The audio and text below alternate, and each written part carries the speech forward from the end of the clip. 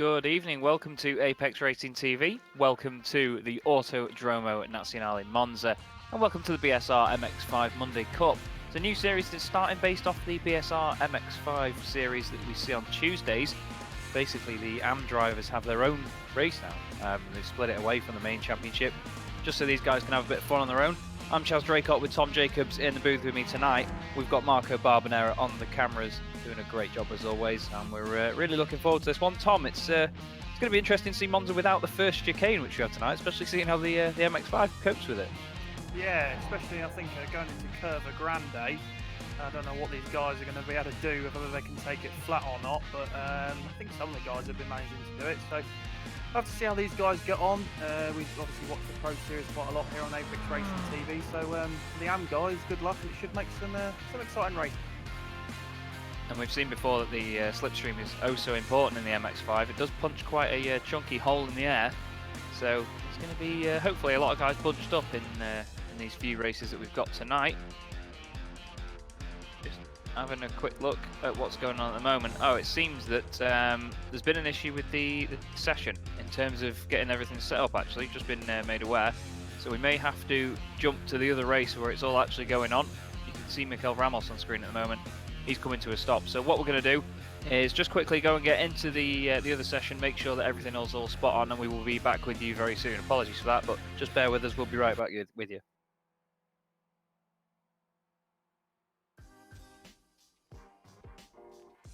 Before you can get on track, you'll need to calibrate your wheel and pedal set.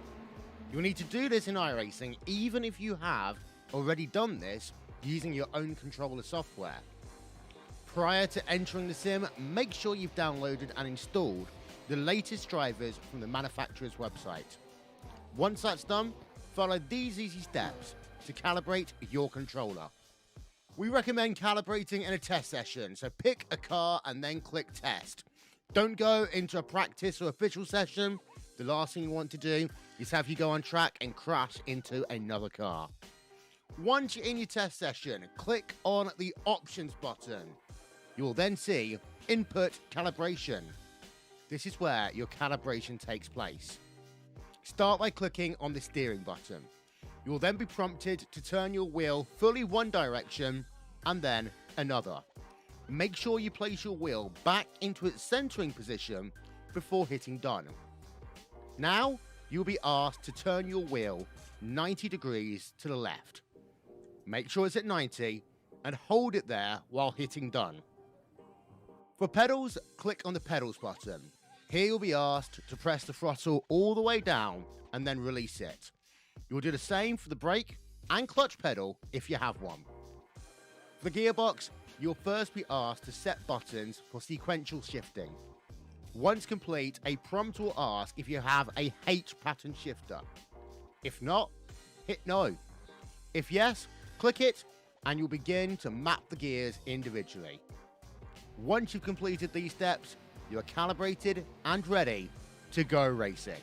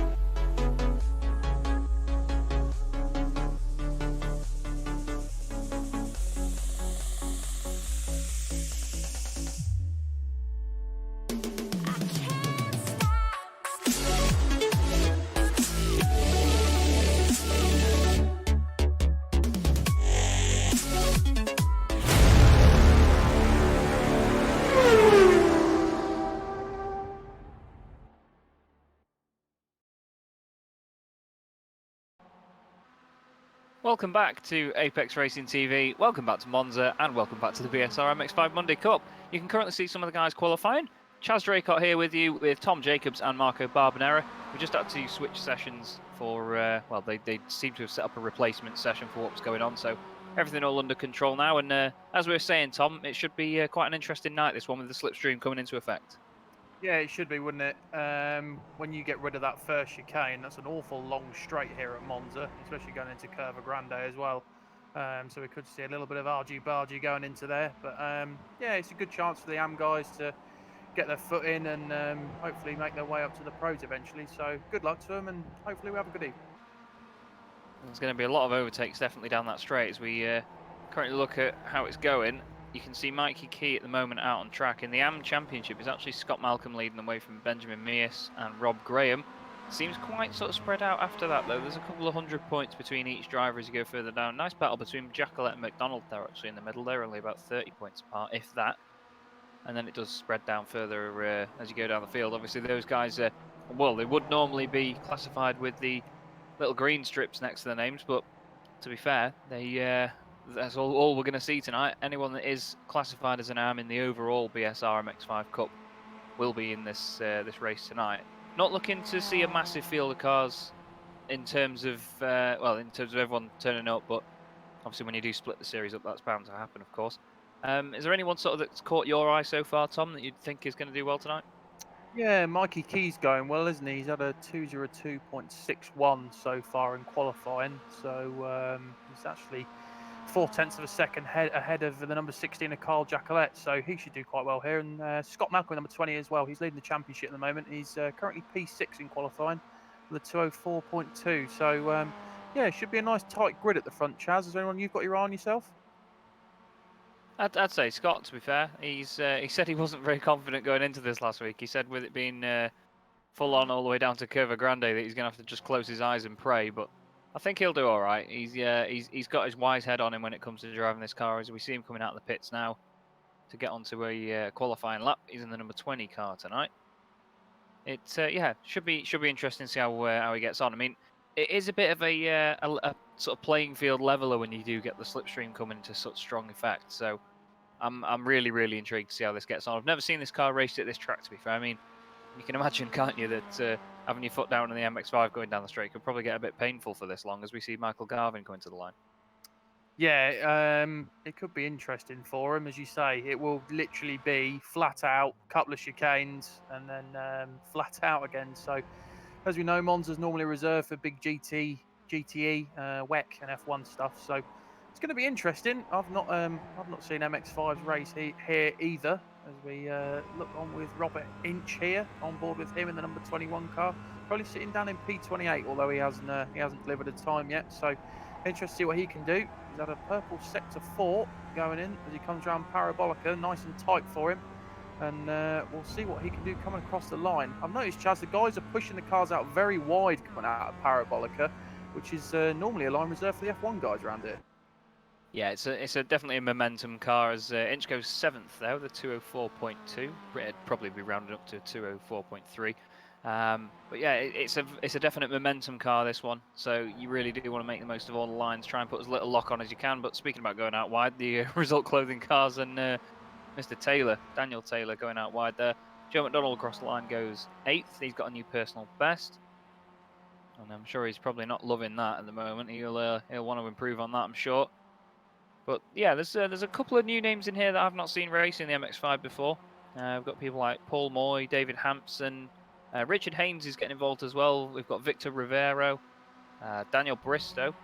John Roberts is in the field as well tonight. Good to see John out there. As we look at Victor Rivero right now then. A very bright livery there that he's got on the car. And right behind him on track, is that the number 21? That's Inch, isn't it, behind him?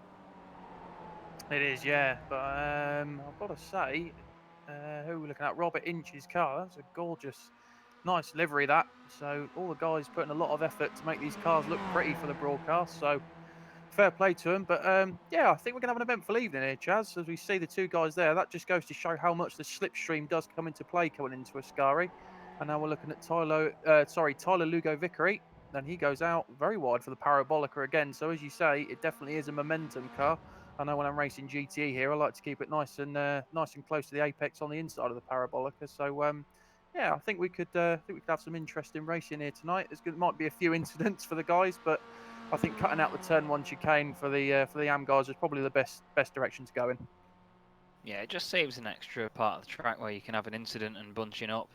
As you can see now, Tyler, it just seems so unnatural to see the car go flying past like that. You'd expect it to get a slowdown penalty or something, but off he goes. I don't know whether it's going to be able to get around a lap before the session finishes. Is it the MX5? I don't think it's quite capable of that. But as you were saying about the livery on Inch's car, it was Northern Lights livery with the GT Omega. Really, really pretty car. They've got really good liveries across all their cars. Most recently as well with some of the updates that they've had.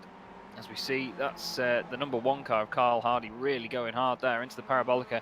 His teammates are out wide in front of him, but he's going to want to let them in the slipstream right now. He wants to get as much of a run as he can. We'll see how these guys do then as they come across the line. McDonald does his personal best. Let's see how they get on. Hardy goes up to 4th with his personal best of a 2:03.2, 2:03.9 by Ayres. Haynes goes 5th. He does a 2:03.4. He actually puts purple sector in sector 2. Scott Malcolm crosses a line, does a personal best 2:04.1. Ben Mears also personal best 2:04.4, and Michael Garvin is going to be one of the last cars to come round. I think Tyler Lugo Vickery got onto a lap as well. Actually, yeah, he's just come into view on the bottom of the timing screen there. We'll see how Michael Garvin does then in the number 22 machine coming across the line. Any second now. And he must have been slower because it's not counted his time yet. Yeah, 2:05.6 for Garvin. 3 seconds off his best. Tyler Lugo Vickery there, Tom, making use of a different line this time round.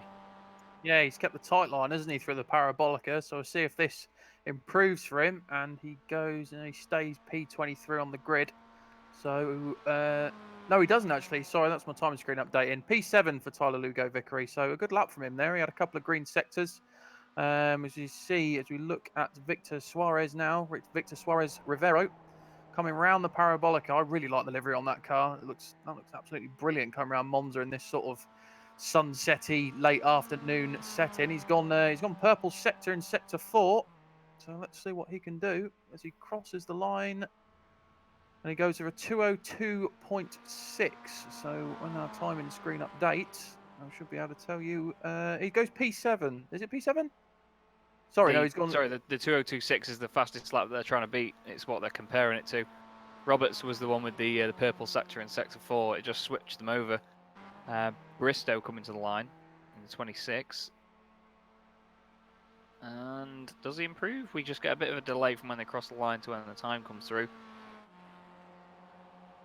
There's Moy in 17th now, as you can just see him flying down the straight in the 027 car. It doesn't look like Bristow got a lap in because I don't think he had a clean final sector. So that will set the grid for the first race of the evening, Tom, if you would like to do the honours. Yeah, so Mikey Key for Result Clothing takes P1 in the number 69 car, followed behind him in P2 of Carl Jacquelette. P3 was David Ayres, and in P4 was Carl Hardy. For your third row was Richard Haynes and Mick Barry. Behind them was Tyler Lugo Vickery and Scott Malcolm. Joe McDonald in 307, followed by Robert Hinch in 10th. 11th was Benjamin Muse.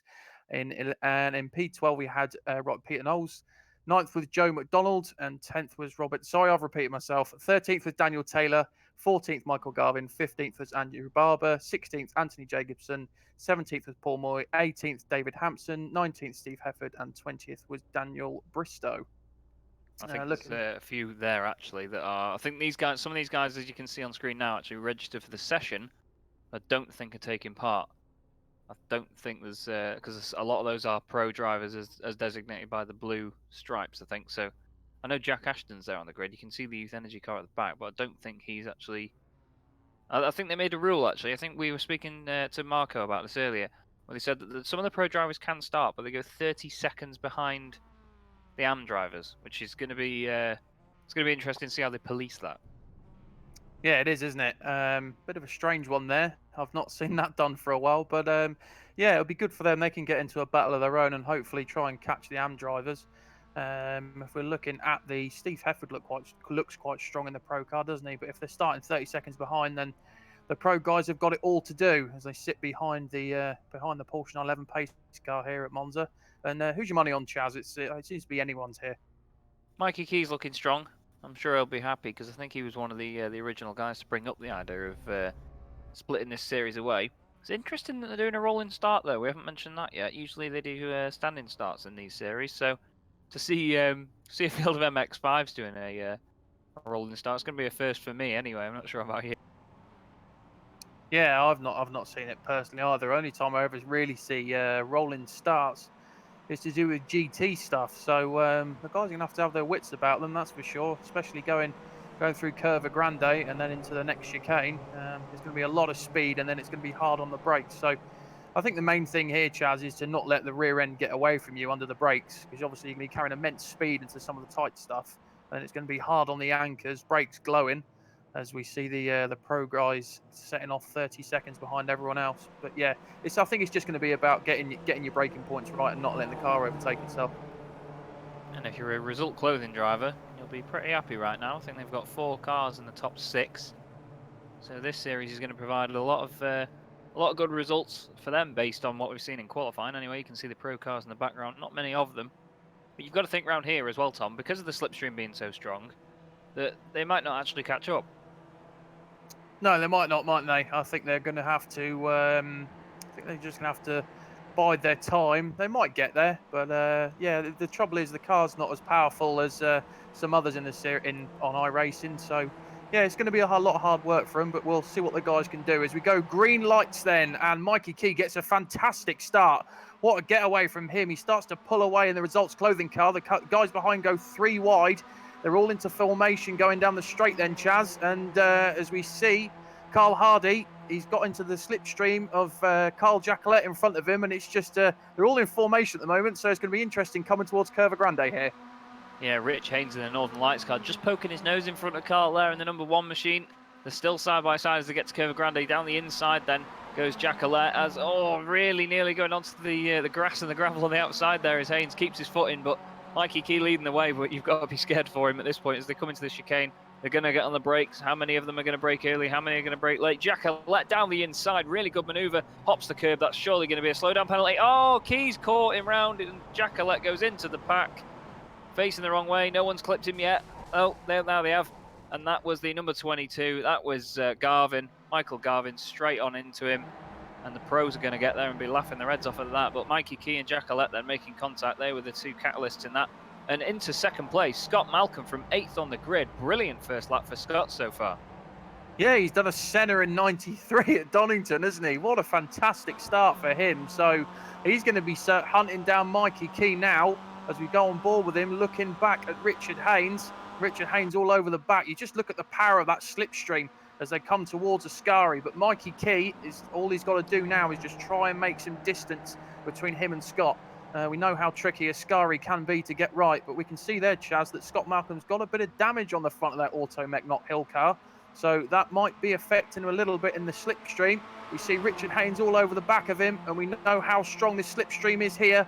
He looks to the right a little bit, coming towards the Parabolica in the number 15 car. He's up against Scott Malcolm in the number 20. Dips down the inside, quite late on the brakes, and it looks to be he's got that move done, but Scott Malcolm not having any of it. It goes out really wide, but a good move there from Richard Haynes, and he moves himself up into P2 now. Yeah, really good fight in there between them guys. You've got Inch now and Lugo Vickery. Oh no, what's he doing? There was just no need in that, and he just misses a result clothing car, but as he takes avoiding action, he's put it into the wall on the other side. That was the number 7 car. Just checking who that was. I think that was, it was David Ayres. Oh, it was another car, number 90. Who was that going flying then? Anthony Jacobson. That was, well, I'm not going to lie, it was pretty poor, to be fair, by them guys. That just didn't need to happen. Inch and Tyler Lugo Vickery side by side, and then suddenly that was that. And Mikey Key now 3 wide with Malcolm and Haynes for the lead. Haynes just losing out on that overlap, but just behind him now, it's Benjamin Mears. It's 2x2 into the chicane. Haynes is on the brakes early. Wise move. Malcolm down the inside of Key and into the lead. Haynes goes up to 3rd. Is there going to be an overlap? No, there's not. And Haynes has got a great run out alongside Mikey Key. Oh, don't make contact again, boys. Oh, they have done. That's just heart in your mouth stuff by these guys. But if I'm honest, it was poor down the straight. There didn't need to be contact there, and well, it was a bit of a mess, wasn't it? Really, people taking avoided action way too aggressively and just flinging the car into the wall, pretty much. Yeah, it was a little bit silly from the guys down the straight. They'll be kicking themselves once they get back to pit road. But as we look back now, we've got Benjamin Muse, and he is on Carl Hardy now in the number 4. And let's see what he can do. He's going to try and go round the outside into Ascari. That's a brave move through there if he can make it stick, and he does. So a brilliant move for him there. And he's gone up, and it looks like Carl Hardy is now coming under pressure from his teammate of Mick Barry. So these guys now 3 abreast. But Chaz, what a move there by Benjamin, the number 11 car. Fantastic stuff. Round the outside at Ascari. Yeah, I wasn't expecting him to go for that. I got caught on camera doing that in the club series a while ago, and I know that it's when you're coming up to do that sort of move, it's not something that you've just got to really be confident about doing it, and you sort of regret it if you get it wrong. But sometimes you've got to take the risk. But look at the run Richard Haynes has got here. Malcolm's getting a bit of a slipstream, but he's just all over the back of Mikey Key. Malcolm fastest lap of the race, but look at Haynes. Here he goes. He's going to surely go onto the right, and here we go again, 3 wide for the lead, but I think Haynes is probably going to get it done before Curva Grande here. Although now he's out of the slipstream, as Roberts does the fastest lap of the race. It's just sort of slowed him down. He's at a wall. Malcolm and Key are so close to contact. There's a slow car in front of them. That's Garvin, and he does the wise thing and gets out of the way.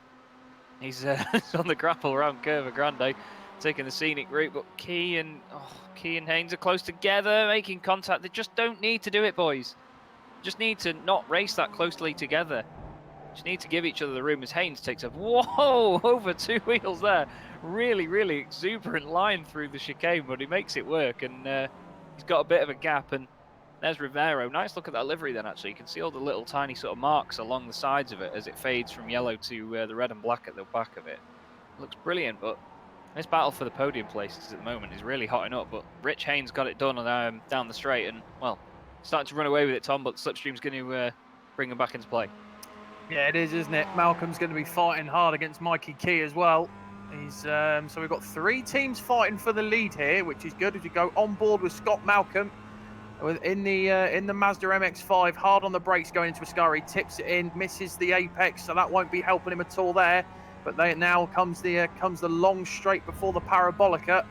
And yeah, these guys you don't need to race that closely when you're going down the straights. If you've got the run, you don't want to ruin your race, and you certainly don't want to ruin anyone else's race while you're doing it. So yeah, we've got a fierce battle at the front. They're starting to break away from 4th, 5th, and 6th now. There's a bit of a gap forming. So if these guys can keep it tidy, I think they'll keep their podium positions, Chaz. Yeah, I think they're just having that breakaway that they need at the moment. At the end of the day, on a track like this, if they can break the slipstream, then that's all they want. I'm not sure whether you'll get incident points for going all the way over there, but I don't think they should be, really.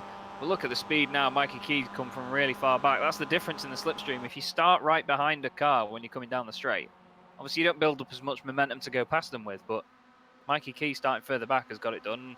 Scott Malcolm not quite as quick as him down there. I think he pulled out the slipstream a bit early. He probably could have got more out of it. Key goes across the front of Haynes. Still side by side between the front 2. Haynes is going to try and go in the middle, and he really shouldn't. He really shouldn't. I know he'll want to. He'll want to make it look good. Gets on the brakes. Wise stuff from Haynes there. That's really sort of level-headed racing. That's what you want. Mikey Key down the inside, then into the chicane. Malcolm gives him a bit of a shove up the backside. Malcolm on 2 wheels. Key on the gravel. Really good run out of there by Haynes, though. He gets alongside as in the background. Mias is off, and that's going to give Hardy 4th place. Haynes down the inside of Malcolm. Then, Malcolm all out of shape through Lesmo 1, and that means that Haynes has now inherited 2nd place. And in the background again, Hardy returning the favour for Mias and running wide himself. Ben's surely going to try and put him under pressure now coming into Ascari. He's got a great run out of there already, actually. Doesn't even need the slipstream. No, he doesn't, does he? So that's going to hurt Malcolm coming for the Lesmos. It's not what he would have wanted, but we look at the battle now for 4th and 5th. And I've got to say, the Automech Knock Hill guys and the Result Clothing guys are going really well at the moment, as it looks like Benjamin Muse keeps his position in P4. And P5 Carl Hardy's going to be hunting him down. So the pack's starting to spread out a little bit now. We've got the front runners who are coming up to some traffic, probably the guys that were in accidents at the start, so that's going to be slowing them down. But at the moment, Chaz, Mikey Key still maintaining that P1 position, but he's going to come under pressure now from Richard Haynes, and there's a back marker there, and he's going to want to stay well out the way. He'll be doing a Vettel and screaming blue flags over team radio. So if we come now, as we come down towards the start-finish straight, Richard Haynes comes out to the outside. He looks across at Mikey Key, and they're now two abreast. But look at Scott Malcolm. He's going to be right in that slipstream of Richard Haynes, and Mikey Key knows he's got to try and maintain it as they come towards Curva Grande now. Just got to keep your foot flat. There's no other option, really. Scott Malcolm's getting reeled in by that slipstream then. But I think it's a bit of just of a natural drag race at the moment. They seem to be just closing together. You just really need to be wary of that. And I think that's one of the differences we'll see between this and the pro guys. I think sometimes the spatial awareness can be different from driver to driver, and just the knowledge of where your car is drifting in a straight line even. Like, you can easily sort of come over on, just like that. Haynes just over in the braking zone. Malcolm down the inside, nearly contact with Mikey Key. They did really well not to hit each other there, but these guys obviously in the AM category, they will take a bit more risk to it because they are obviously still good racers. I mean, at the end of the day, go up against people like this on something like Forza and, well, they'll just be gone. I mean, if you've ever been on a Forza online lobby or on something like Race Driver Grid back in the day on Xbox, it was just a mess. But you see racing like this, and this is still 10 times cleaner than what you get there. So we can't knock them too much, obviously, but just need well, it's probably good, really, though, Tom, for these guys to have their own space to do this away from the pros. And I think that is, I mean, in my opinion, probably one of the only pros of this of having this series separate is that they get their own space for that. Yeah, it's nice for them, isn't it? You'll see a lot of the guys, if you're on the forums, that it can be very disheartening for people if you've got the pro guys that are just streaming away with it, as we see in other series quite a lot. As we see, who's that? Peter Knowles going around the outside into Ascari. So we've seen that move twice this evening. But yeah, people can get very disheartened if they're not getting results that they want. And some of these guys on here, we won't mention any names from the series, but are extremely fast. And sometimes there's just no way of catching them unless it's just blind luck and people get taken out. So it is a nice part of this series to have, as we see Scott Malcolm is now tucked up under the rear bumper of Mikey Key in the number 69 result clothing car. And he's well, it's just literally flat to the floor, isn't it, Chaz? All the way around here in an MX5. There's not much more to say about it. If anything, it's a bit like an oval here. Yeah, pretty much. You just got to make sure you get your commitment into the chicanes right. And again, we see Scott Malcolm. He came out of the slipstream a bit early there. And as Mikey Key gets closer and closer to Haynes, he's been left behind a little bit there. And he's not going to have the run this time round. We're 11 minutes into this race now. 4 minutes to go. And round the outside, Mikey Key flying past Haynes. But that inside line prevails just a bit. And for probably the 47th time in this race, these two are side by side into the chicane. Bird's eye view, well, not a bird's eye view, front row, front seat, there we go, front row seat for Scott Malcolm, watching these guys dice and change positions. Haynes down the inside. I believe it was Rich that got a really good first race in the, really close to that barrier in Lesmo 1 there. I was just going to say Rich did really well, I think, in the BSR Simultan Porsche Cup as well on Sunday, so really well done to him. Northern Lights recently signing him, and he's really proving his worth at the moment in this race, Tom. Yeah, he is, isn't he? He's just having a sterling race. All he's got to do now, realistically, is just defend from Mikey Key and Scott Malcolm.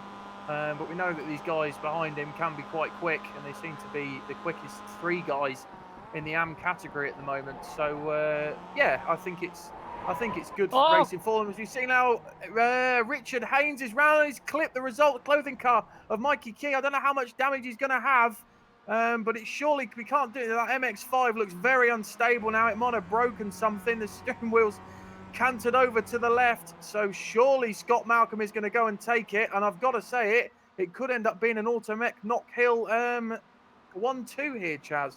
As we see the Benjamin Muse there, weaving and warming tyres down the straight. But I think he's just trying to celebrate the fact that they might get a 1-2 finish here. But not if Carl Hardy has anything to do with it, because he got a lovely run out of the outer Parabolica there. And yeah, unfortunate for Mikey Key, he just got caught up in that one. Yeah, I'm not really sure what Mears was doing there.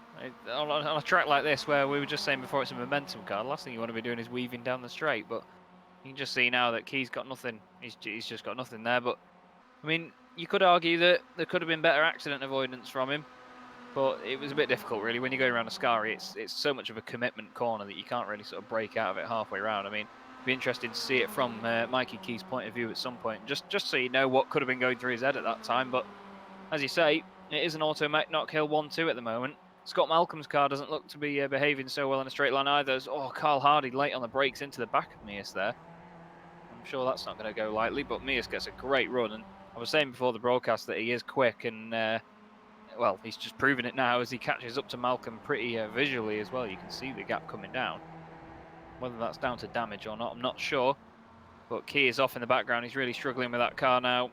Real shame as well, because he's been so consistent in this race so far. But at the end of the day, these incidents do happen. He's just got to keep it running, I suppose. He's only got a minute left after, well, in the next 15 seconds, it becomes a minute anyway. Just a quick word as well about the pro drivers. Cooper, Hefford, Murray, McCarron, Ashton and Wright have all come through the field. And they're from 10th down at the moment, as McCarron and Ashton are swapping places.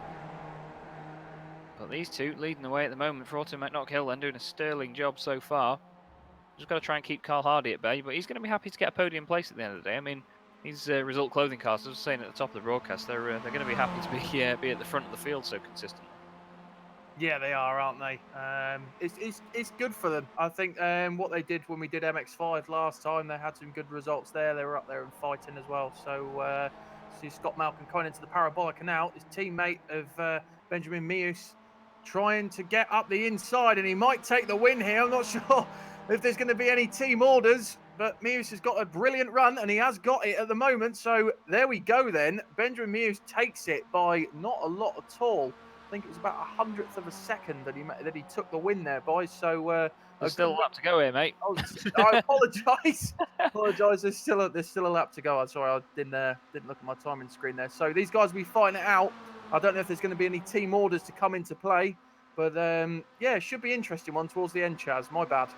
That's all good. I think Mears will be hoping it was the last lap anyway to gain it like that, but Malcolm goes back down the inside, but it looks like Mears is controlling the momentum a little bit better, so he doesn't have to rely on the slipstream as much as I think Malcolm might, but with him being at the front, the pressure might be on a little bit here. He just needs to make sure that they don't hold each other up and get Carl Hardy involved. Two-wheel action from Malcolm there. Great run from Mears once again.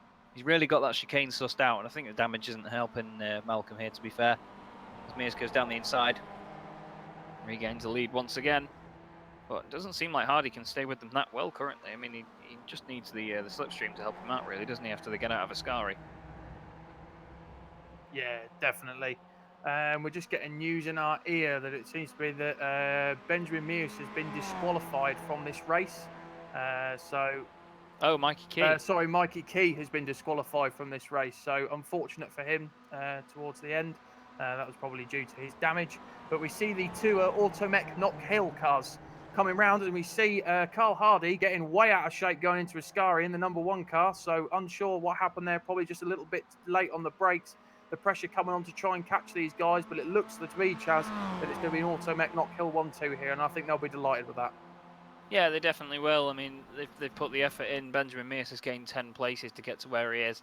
John Roberts in the background there, you can see him having a right old ding-dong with Rich Haynes, who's done a really good recovery drive, actually, to get back up to 4th. They'll be coming around the Parabolica any moment now, but Benjamin Mears then out the final corner from 11th on the grid, takes the win. Fantastic effort, and it's a really, really good start to the series for these guys. A 1-2 for Automech Knock Hill, as we see Mick Barry fighting with John Roberts there. He loses out at the last second. Haynes from Roberts from Barry. That's 4th, 5th and 6th. Joe McDonald will be next across the line. Here are the pro guys. That's Ashton, Hefford, Max Wright, Nick McCarron. And then Kip Cooper's in there as well. I think Hefford just got beat to the line by Wright. He did as well. So the slipstream really coming into effect for Max Wright there. There's Daniel Taylor coming across the line in 14th position. And as we see, that's Michael Milan coming over as well in a Ghostbusters livery MX5 I've got on my screen anyway. And there's Jordan Giddings, who will be joining Thrust Vector for the BSR Radicals Cup, actually. We were very excited to have Jordan on board, and we can see Anthony Jacobson now out on track all on his own after the rather embarrassing incident down the straight earlier, where he just sort of tried to avoid the accident, Tom, and became the accident, really. Yeah, it's just like we were saying earlier. You don't want to get into any issues. As we see on board now with Mikey Key in the number 69 car, and you see Robert Haynes in the front. He just goes round, doesn't he? And to be honest with you, Chaz, He could have done a little bit more to avoid it, but I don't think there was much he could do. I mean, if you do get it out of shape at all through a Scari, then it's normally race over anyway. Yeah, it's easy to do, as we see Ben Mears just then at the end of his celebrations. Nice controlled drive from Ben, kept his car nice and clean, unlike a lot of the others. But yeah, he did a great job there, and I'm sure he'll be happy to have won the first race of the evening.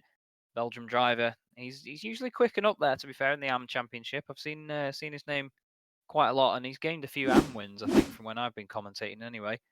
But like you were saying there, with Mikey Key and Haynes there, I think he could have done more to avoid that. He just sort of kept on the corner normally, hoping for Haynes to just slide out of the way. But when you sort of judge when a car is going to go off and where it's going to end up, you just sort of commit to it and just carry on. So just seems that he committed a bit early, but can't take anything away from the Auto Mech Knock Hill boys. They just controlled that one and sorted it out really well. So Tom, if you'd like to do the honours with the race results, mate. Yeah, so Benjamin Mears takes the win then in the number 11 Automech Knock Hill car, and followed by him was his teammate Scott Malcolm in the number 20 car. They'll be delighted with that. Carl Hardy finished third with Robert Haynes behind him in fourth. Didn't do too badly with a nice recovery drive for him. John Roberts in fifth, Mick Barry in sixth, and then Joe McDonald in seventh. First of the pro drivers then, Jack Ashton. Behind him was Max Wright in ninth, Steve Hefford 10th, Nick McCarron 11th, Kip Cooper in 12th, Lorne Murray in 13th, Daniel Taylor in 14th, 15th was Michael Milan then, and 16th was Jordan Giddins. Daniel Bristow finished 17th, and then Mikey Key, as we said at the end, was DQ'd in 18th. 19th was Tyler Lugo Vickery, and then Anthony Jacobson in 20th. Behind them was David Ayres, Michael Garvin, Paul Moy, Andrew Barber, Peter Knowles, Chris Daines, Victor Rivero, Robert Inch, Carl Jacquelet, and then rounding up, it was David Hampson. So still quite a packed field then, for what we expected to be a smaller field overall, really. And that might explain why Mears was weaving down the straight. He got a slowdown through a Scari, avoiding the incident, and then obviously needed to wash off some time, so that's why he was doing the weaving. So I take back my words of seeing it as a bit pointless, but there we go. I'm sure that someone in this commentary booth is going to be very excited right now. We have Mr. Marco Barbanera with us, who I believe is going to have the spinning wheel for the reverse grid. Is that right, Marco? Absolutely. The wheel is ready now. I don't know if the pro drivers are eligible for the reverse. I don't think they are, so we might have to wait a bit to know who's in pole position. But regardless, let's roll the wheel.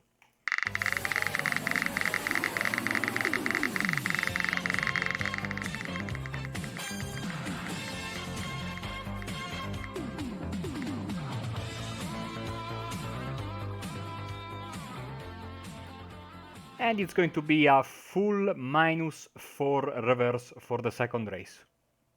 Okay, so if we look at the people that were a lap down anyway, and then avoid the pro drivers, you'll be looking at, it would have been Anthony Jacobson, but go back 4 places, that would have put us to Jordan Giddings, but he's a pro driver. So if it excludes them, it'll be Michael Milan and Daniel Taylor on the front row of the grid. So they'd probably be followed by Joe McDonald and Mick Barry, but as Marco said, you can never be too sure, really. We'll have to see how they play this one out. So myself, Tom, and Marco will be back with you on Apex Racing TV in about 10 to 15 minutes' time. Don't go away.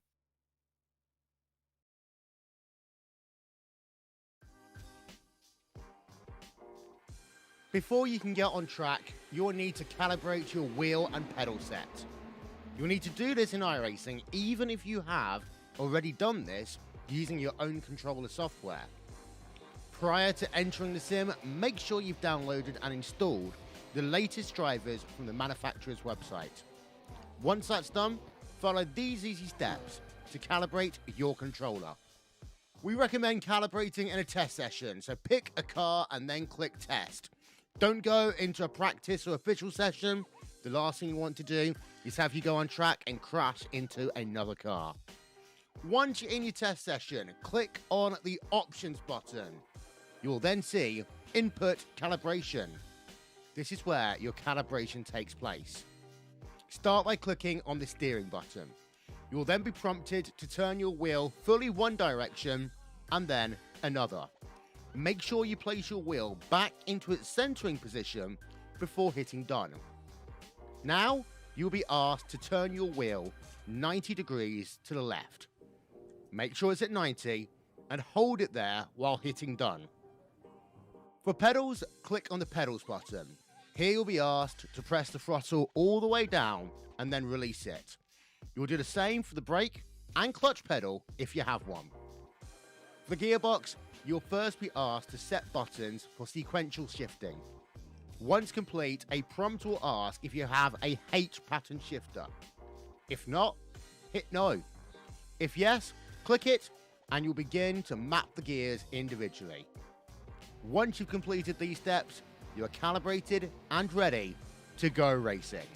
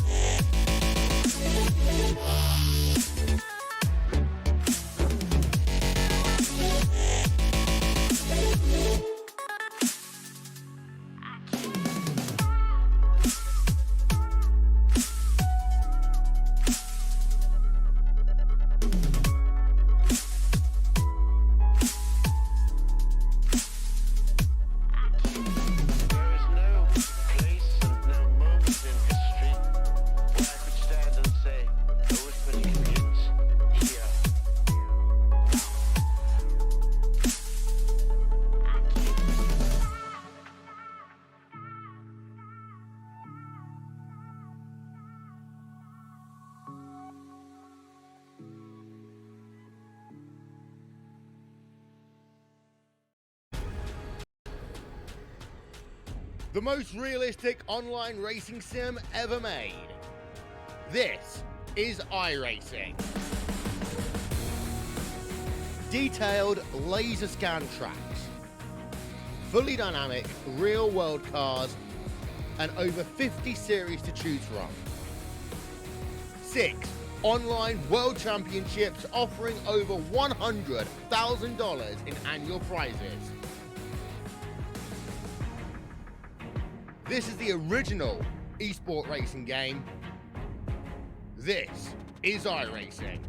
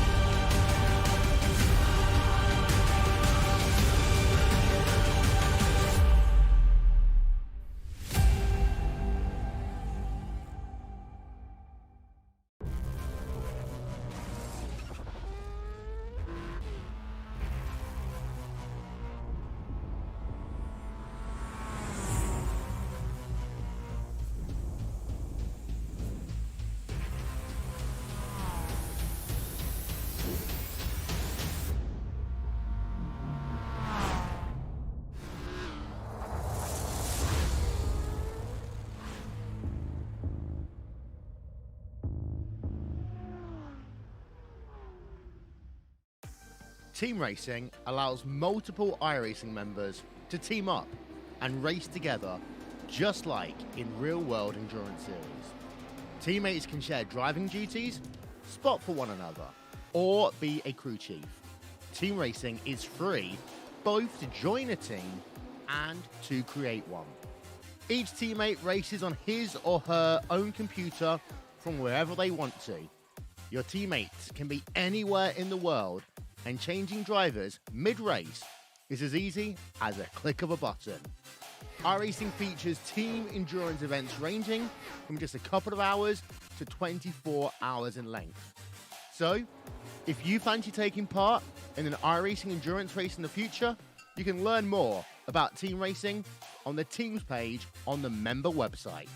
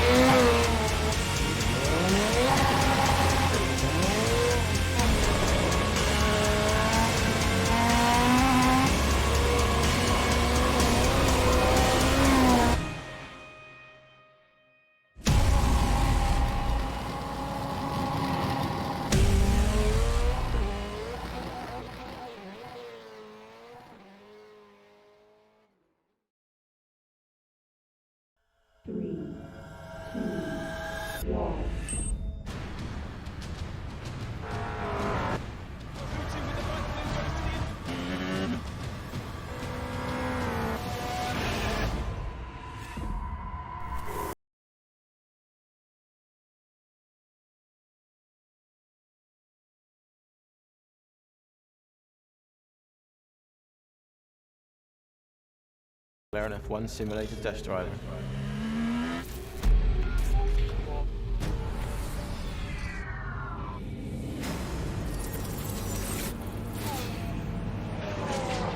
So it's 1.4 behind.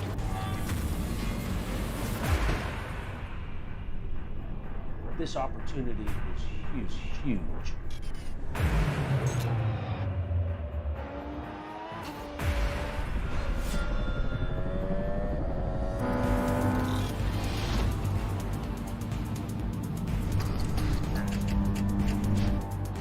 Oh, that's it.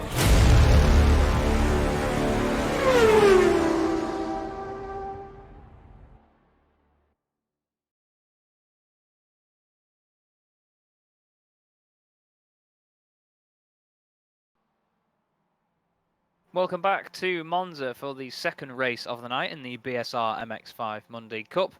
I'm Chaz Draycott with Tom Jacobs, and Marco Barbanera is on the cameras. The guys are currently qualifying for the second race, so you can completely ignore the reverse grid wheel that we did just before the break, but at least our favourite in-house Italian Marco got to spin the wheel and enjoy himself for a bit. As it stands then, Tom, we saw quite a frantic race one. A few incidents, especially onto the main straight. We saw one rather odd incident that we'll try and forget in a hurry, but do you reckon that race two they might have noticed that and tried to calm it down a bit?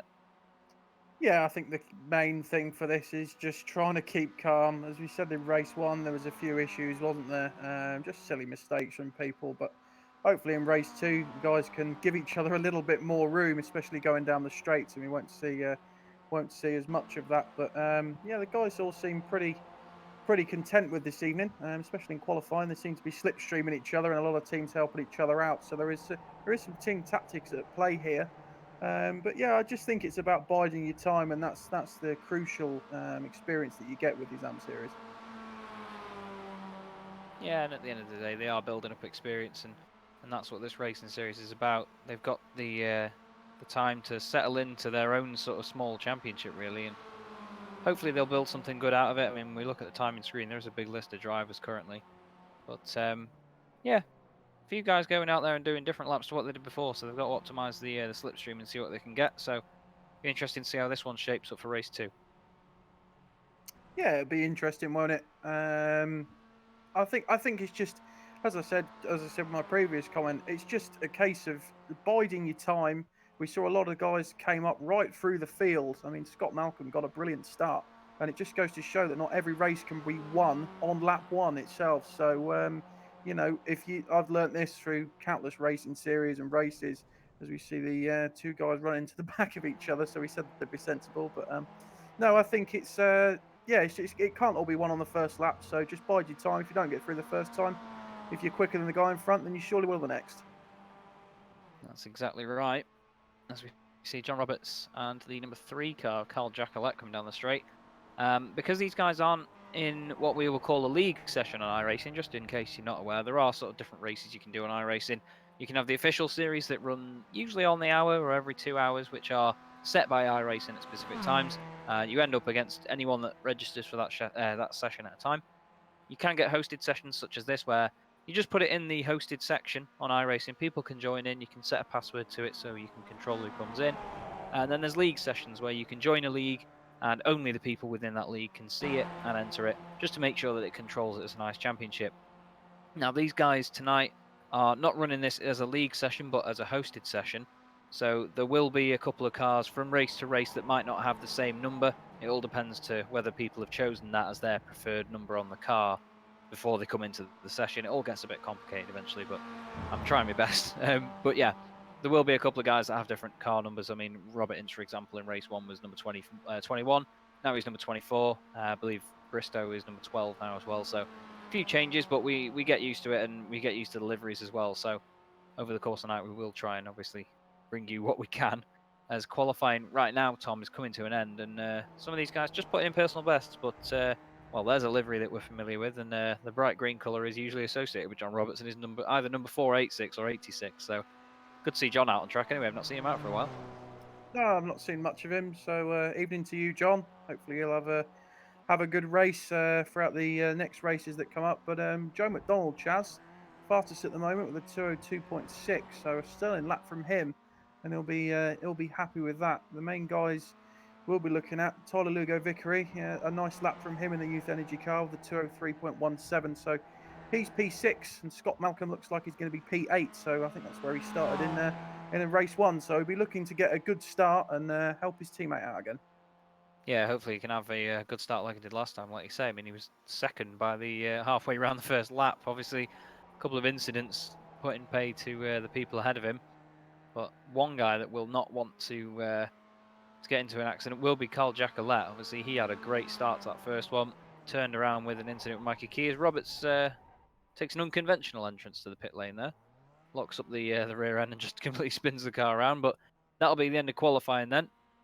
And any second we should have the last few cars. I think Richard Mason was going to be the last one there, but he's been kicked out of it because it's just finished. So we should have a grid now, and of course the pro drivers will be towards the back of the field once again. But this is all about the AM guys tonight. So Tom, if you'd like to do the honours, mate.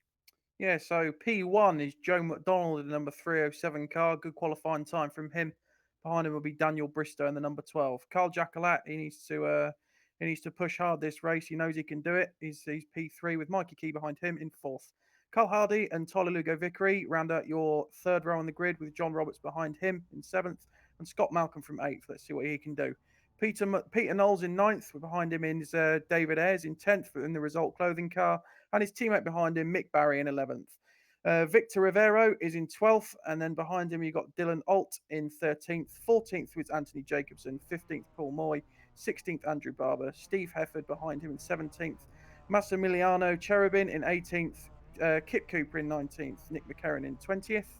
21st is Max Wright, 22nd Richard Mason, Lorne Murray behind him 23rd, 24th Ignacio Tassari, sorry if I pronounced your name wrong, 25th Benjamin Meuse, 26th Daniel Taylor, 27th Jack Ashton, 28th Robert Inch, 29th Jordan Giddings, and 30th rounded out is Stanley Wahlberg.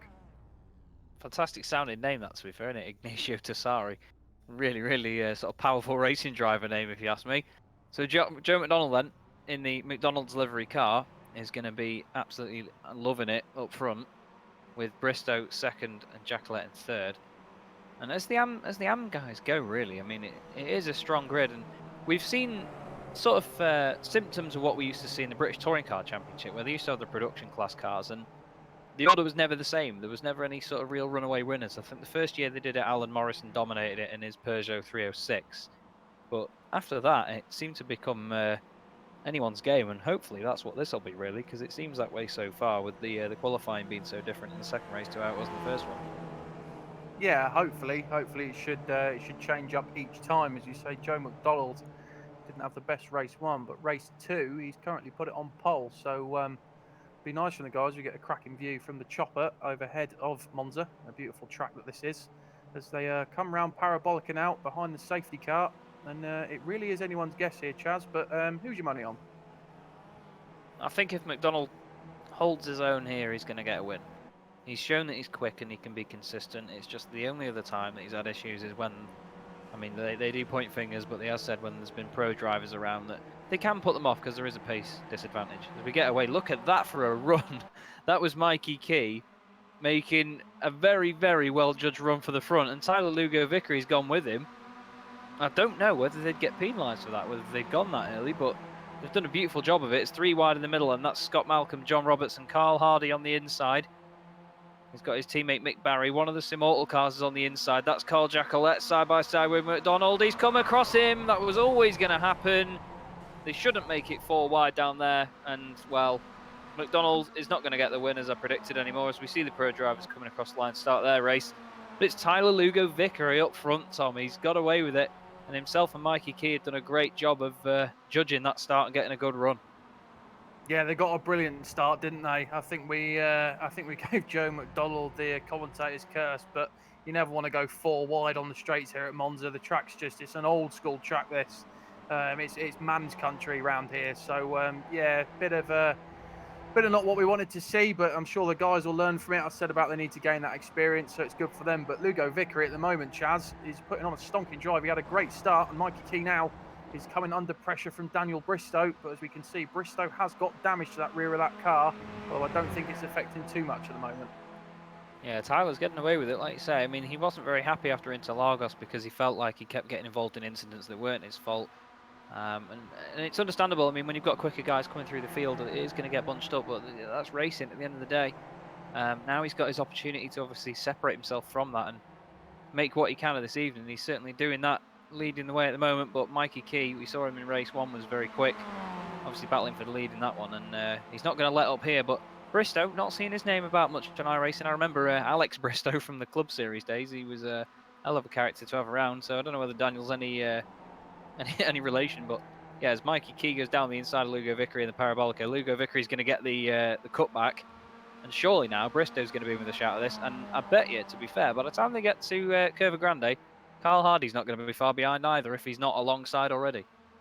No, he won't be, won't he? It's the case of the slipstream round here. It's like we said, it's a bit like an oval racing MX5s here, like that first chicane, as the guys then put it three wide for the lead.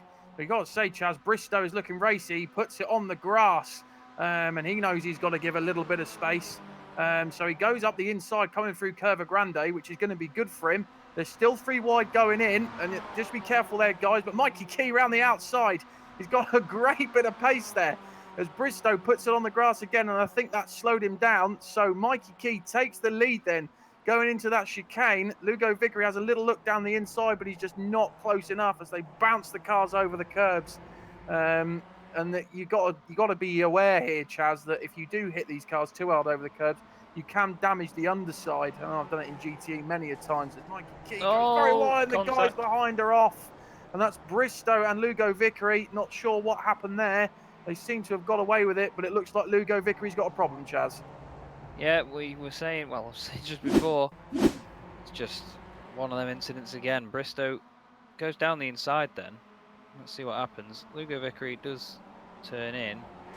Oh, Bristow just clips the inside wall, to be fair, and again, Tyler Lugo Vickery, the innocent party there, and I think it was a bit harsh, to be fair. I mean, it didn't seem like the cars made that much contact, but it's dragged him wide, and yeah, you can see that car is not behaving itself now. He's going to be really annoyed at that. He might even get a slowdown for cutting that chicane that much. Have to see as he goes down the straight. But there's your race leader then, Mikey Key and Carl Hardy. Well, he was your race leader, now it's Carl Hardy. But Bristow still chasing him down. He's recovered from that accident through the Lesmos. But we've got 3 result clothing cars in the top 4, and they're going to be happy with that, I'm very sure. I mean, that incident down the straight on lap 1 obviously helped taking out quite a lot of the competition there. But it's going to be a good, well, it's going to have a good smile on his face so far. Is Carl Hardy leading the way?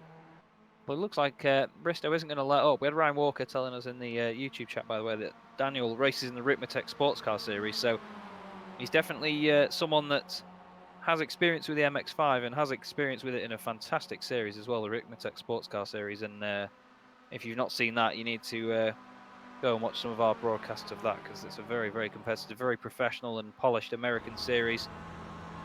As contact there. That wasn't polished and professional in the slightest. That was Carl Hardy getting turned around good and proper through the Curva Grande. I'm really not sure who would have been at fault there, Tom. I'll have a look back at it. I'll have to check what happened. Whether Bristow held his line and Carl came wide, I'm not sure you could really put that on. Let's have a look. Yeah, I think Carl started going straight, if I'm honest. I mean, he didn't really hug the inside line as much as he probably could have done. And I mean, Bristow held his line, so I'd say, I mean, not to point flags or anything, but point fingers. But I think Hardy sort of straightened up a little bit then. It just wasn't necessary to get around the corner. I mean, it's a right-hander, isn't it? Yeah, it's just that's racing for you. Sometimes people do make mistakes, but Bristow is looking very racy here, isn't he? And also, it's brought Mick Barry into play, who's currently just taken the lead. He's got a nose on his teammate as they go into Ascari now. Late on the brakes for Mick Barry, and he pushes it out wide. Don't want to get too high on those sausage curbs. But Bristow is all over the back of the results clothing boys, even with a damaged car. As we go on board with the number 12 now. And he's got Mikey Key to take and Mick Barry, and he's going to be on the back foot here because obviously teammates can work together, and they are doing with the slipstream look. So we all know how key that slipstream is in these racing, but Chaz, it's got to be said, it's bringing Tyler Lugo Vickery back into it. To go into Parabolica, and Bristow's got the inside line on Mick Barry, and he's now got to tuck himself up behind Mick Barry's teammate, and he's going to really have to fight for this win here, Chaz. Yeah, well, it's Mick and Mike now. They're going to be either side of Dan, and this is going to bunch up and go 3 wide here. I mean, you'd be daft not to put money on it going 3 wide. Mikey Key's got a really good run.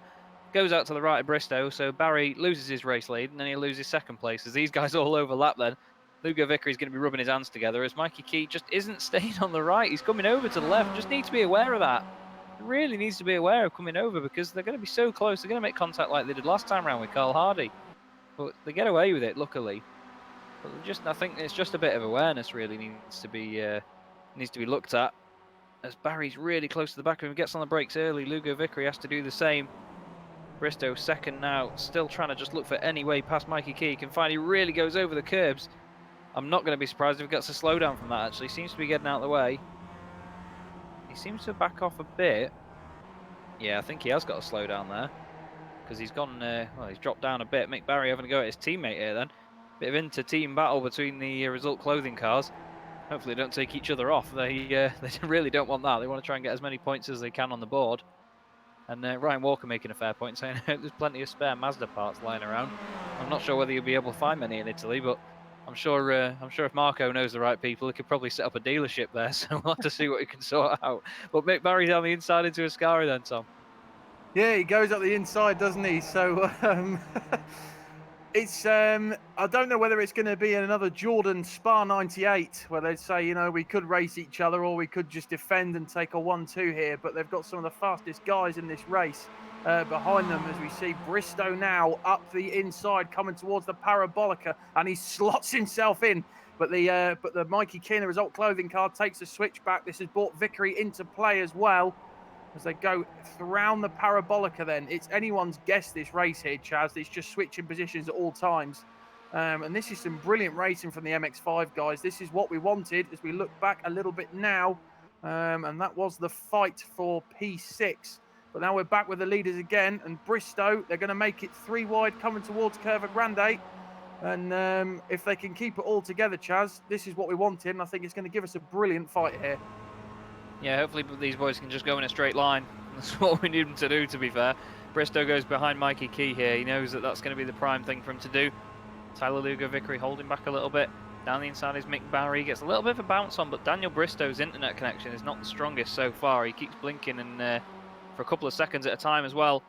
As the 2 result clothing cars side by side into the chicane, and Lugo Vickery on the brakes early. Mick Barry slots in behind his teammates. Nice and controlled this time round. So fair play to him. I think Mick Barry has got a bit of the curb and gone onto the gravel there, and he certainly has. You can see the resulting, pardon the pun, cloud of smoke. As Daniel Bristow then maintains third. As a bit too much curve for both of them there. A bit out of shape was Bristow, and they're a bit all over the place, to be fair. Not quite sure exactly. Oh, he's got way too much curb on the inside there. As Bristow now, well, he's not going to have much slipstream from that scenario. So Lugo Vickery is going to be the guy that comes out with this. Yeah, he is. So we've seen Lugo Vickery throughout this in P4, and we saw the on board. He was holding back a little bit, wasn't he? And I think he's just biding his time. I think he might even be waiting for these guys to have a little bit of an incident because of how hard they're racing. But Lugo Vickery all the time, all over the back of Daniel Bristow, and is just saying, you know, I am still here. As the 2 result clothing cars get out wide again, coming out of Ascari, and that's not where you want to be, kicking up dust. Bristow on the outside then, coming towards the parabolica. You've got Mick Barry in the number 75 car and his teammate up ahead and currently in the lead of Mikey Key, defending for him. So go into the parabolica now, and they're still in the same positions as they went round last time. But Mikey Key is way out wide. Bristow has to take a little bit of evasive action. But this has brought Vickery into play as well, so it still is anyone's guess. They're 3 wide going over the start-finish straight. Mick Barry currently goes really up the inside, right up against the pit wall, and then comes back across. So I think, Chaz, coming towards that first really tight chicane, it's going to be who can be latest on the brakes to come out in the lead. Certainly is going to be the bunching up a bit. Lugo Vickery's making a show of it behind him. This is really close 3 wide stuff. This is Barry and Dan Bristow. I think he's going to be getting a bit scared for his life at this point. Around the outside is Mikey Key. It's a great scrap for the lead, to be fair. They've kept it clean so far. Lugo Vickery's just being really careful at the moment. He's early on the brakes into every corner they go to because he just doesn't want to get too involved. And I don't blame him because it can so easily go wrong. All you need is one guy to wash out wide and one guy to not remain completely straight in a straight line, and it causes a big accident. So, yeah, I mean, Tyler's just playing a safe game at the moment. He's just trying to get points, and with these 4 being so far ahead of the guys behind, which is Steve Hefford in 5th place, actually, doing a great job of making his way through. But yeah, these guys have got a good gap behind him, so they'll be safe for a good while. Yeah, there will be, won't they? So, yeah, it's nice to see they've got a bit of a gap. There's like a little bunch of cars in each group fighting for positions here, but this is the main one that we're focusing on at the moment as they go under the bridge where the old Monza was. What a fantastic track that was, wasn't it? So, yeah, the guys going for Ascari once again. The 2 result clothing boys defending really hard now, and they're going to be working together as a team as much as they can as we go on board with Lugo Vickery, the man who is biding his time. And I think he's going to go for a last lap dash to try and take that final podium position or even the win if he can. But here he comes. He's going to have a little look up the inside of Daniel Bristow coming into the parabolica. And he's decided he's a little bit too far back. Clips the apex nearly as he goes through the parabolica. A lovely line through there. And it means he's got the better run coming out the parabolica, Chaz. So I think the result clothing boys have just really got to defend as hard as they can here. And they have done the same line again coming across the start-finish straight. And it's like a 4-way formation here at Monza. Yeah, it's a nice little bit of formation flying down the straight. But like you say, the result clothing boys just need to work together and just make sure that they don't slow each other down when they're swapping places. That's the beauty of trying to slipstream around a track like this, is that if you are working together with your teammate and you're trying to maintain a gap, you just, whenever you make a move, you want to do it in a way that doesn't compromise either of you at all. As Lugo Vickery inherits 3rd place now because he's down the inside of Bristow, who catches the grass and he's around. He catches the wall, beautiful 360, holds it. But yeah, I think as the iRacing spotter would say, his car's toast at that point. Not quite sure whether that'll make it to the end, but the two result clothing cars run wide, and Lugo Vickery, great run. Look at him go into the first Lesmo. He's surely going to be ahead of Mikey Key, and that's going to set him up to attack Mick Barry down into Ascari. If he just gets these two Lesmos right and doesn't hit that inside wall, we've seen people do that. Mick Barry runs wide into Lesmo 2 then. Don't want to catch the grass on the brakes on the way in. Lugo Vickery turns it in, gets on with it. Mick Barry gets a lot of gravel outside there. That's going to ruin his run. So hopefully for Lugo Vickery, this could be the start of it. And as they go on to the last lap after this, he could actually be fighting for the win here, Tom. So I think he's gone for it at the right time. Yeah, he's gone for it for the perfect time, hasn't he? And that is the reason why he was biding his time. He must have known something we didn't know. He could obviously see the back of Bristow's car having damage. And then Bristow went out wide at Curva Grande, stuck the left rear on the grass, and round it went. So that was all she wrote. And that was the end of his race. Unfortunate for him because you're having a great four-way battle. But now we're on the windscreen hood cam of Lugo Vickery. He takes to the grass, takes evasive action against Mick Barry then, as they go towards the Parabolica, and Barry hasn't really got his teammate to help him at the moment. And Lugo Vickery is all over the back of these two guys. But then we see Mikey Key coming back at it. He got a brilliant run coming out of the Parabolica. And it looks like this is going to be our last lap here for race 2. So Lugo Vickery has got it all to do against the Result Clothing guys, and they've got it all to lose at the moment, as it looks like Lugo Vickery, Chaz, is going slow. So I'm not sure what's happened to him, whether he's got damage or a slowdown. But yeah, he's only doing 150 kilometers down the straight. I hope he doesn't think that the race is finished. I really hope he doesn't, because I think that's what he might have done. I'm not sure about setups, whether you're able to run out of fuel in these, but that's not a car that's at full whack. So these guys have got away scot-free here.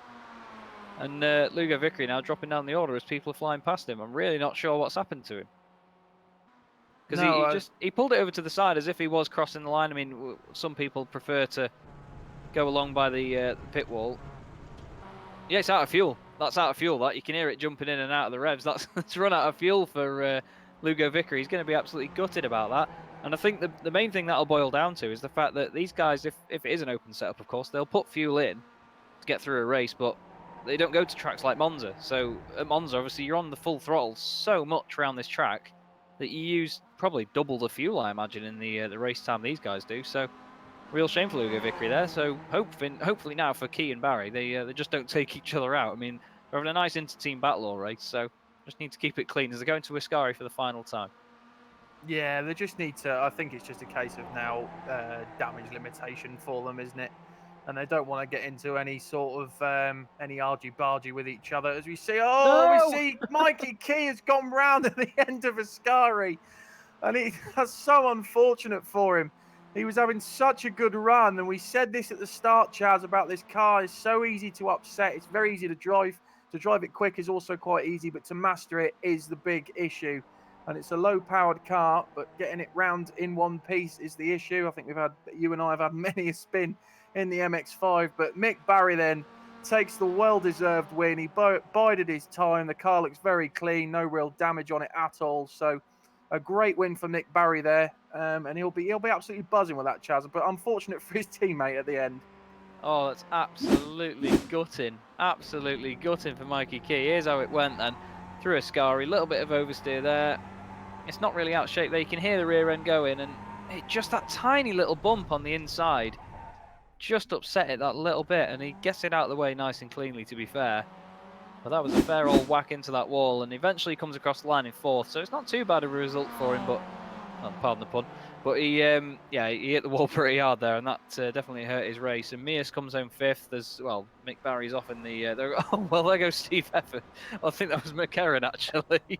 I think that was Nick McCarran there getting a bit of a love tap, let's say, from Mikey K. I hope he wasn't in VR for that. I don't think Nick does run VR, so he'll be thankful for that. But there's your race 2 winner then. Mick Barry, number 675 for Result Clothing, and that is a result that they will be happy with. And I'm sure with the third race tonight, he's going to look to try and do that again, because the slipstream, as we've seen, is a great equaliser here. And, well, I mean, it was enjoyable to watch. There was a better battle at the front that time round, I'd say, Tom. Yeah, it was, wasn't it? I think we had a better race 2 than we did race 1. Not so many incidents. There was a couple of straight line people coming across unfortunate for Joe McDonald at the start. But as we see the guys bumping into each other again. But yeah, I think that was a better race too. The guys, there were some great battles. It was great to commentate on. And I hope you guys enjoyed it at home as much as we did in the comments.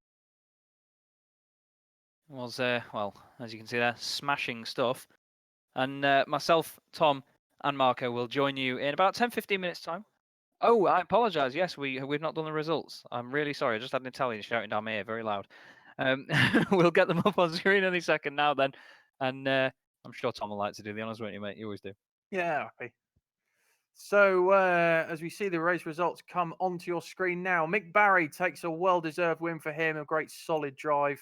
Behind him was Steve Hefford and Nick McCarron, and just take up the final podium places. Mikey Key, unfortunate for him, last run through, Ascari lost it in P4. Benjamin Mius in 5th. Massimiliano Cherubin in 6th. Kip Cooper 7th. Andrew Barber 8th. 9th was Jordan Giddins. Daniel Taylor was 10th. Max Wright was 11th. Paul Moy for 12th, Anthony Jacobson in 13th, John Roberts 14th. They'll be disappointed with that, but I'm sure he can come back in race 3. Carl Jackalette 15th, Lorne Murray in 16th, and Tyler Lugo Vickery in 17th after running out of fuel. Unfortunate for him. Daniel Bristow was in 18th, 19th with Jack Ashton. Dylan Alt was in 20th, and then the rest of your field was Stanley Wahlberg, Robert Inch, Carl Hardy, Richard Mason, Scott Malcolm. He'll be looking to come back for race 3. Peter Knowles, Victor Rivero, Ignacio Tassari, Joe McDonald, and rounding out in P30 was David Ayres. Real shame about the incident at the beginning of the race. We saw quite a bunched up accident going on. Hopefully the third race we will not see that, but you never know with these guys. They're always frantic to gain position, so we'll see how that goes. Tom, Marco, and I will join you in about 10-15 minutes' time for the final race of the evening in the BSR MX5 Monday Cup on Apex Racing TV. Don't go away.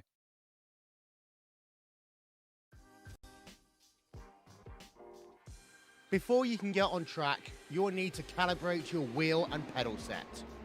You'll need to do this in iRacing even if you have already done this using your own controller software. Prior to entering the sim, make sure you've downloaded and installed the latest drivers from the manufacturer's website. Once that's done, follow these easy steps to calibrate your controller. We recommend calibrating in a test session, so pick a car and then click test. Don't go into a practice or official session. The last thing you want to do is have you go on track and crash into another car. Once you're in your test session, click on the options button. You will then see input calibration. This is where your calibration takes place. Start by clicking on the steering button. You will then be prompted to turn your wheel fully one direction and then another. Make sure you place your wheel back into its centering position before hitting done. Now, you'll be asked to turn your wheel 90 degrees to the left. Make sure it's at 90 and hold it there while hitting done. For pedals, click on the pedals button. Here you'll be asked to press the throttle all the way down and then release it. You'll do the same for the brake and clutch pedal if you have one. For the gearbox, you'll first be asked to set buttons for sequential shifting. Once complete, a prompt will ask if you have a H pattern shifter. If not, hit no. If yes, click it and you'll begin to map the gears individually. Once you've completed these steps, you are calibrated and ready to go racing.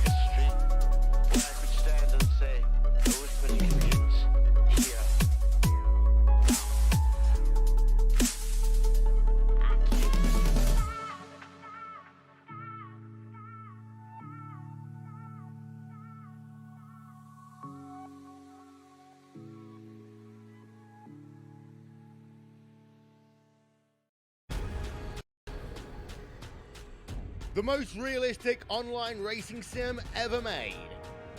This is iRacing. Detailed laser scan tracks, fully dynamic real world cars, and over 50 series to choose from. 6 online world championships offering over $100,000 in annual prizes. This is the original esport racing game. This is iRacing.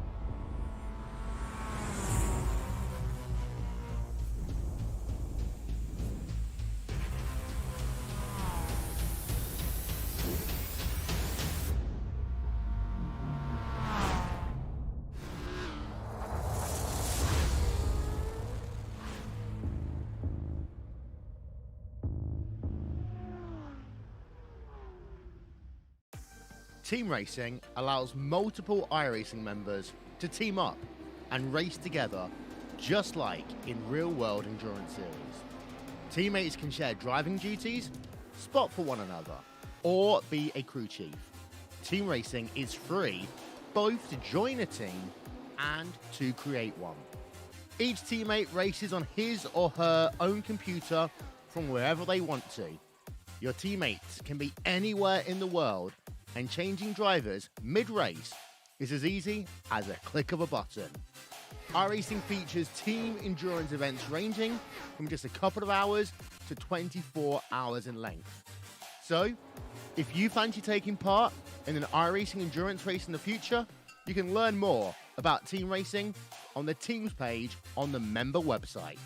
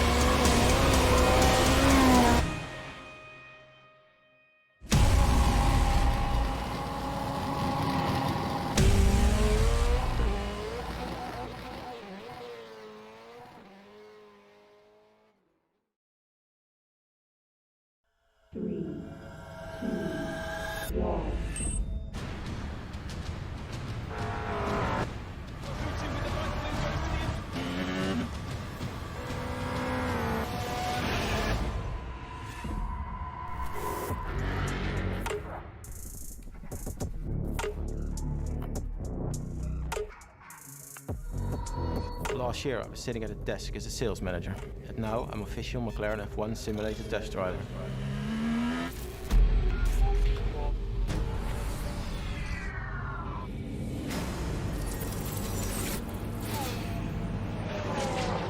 So it's 1.4 behind.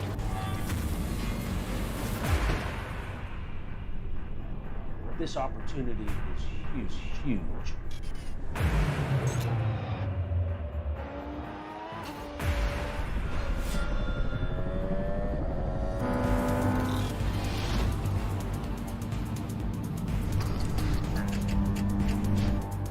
Oh, that's it, 46-1. That's faster than the factory McLaren driver, and he's done 6 laps.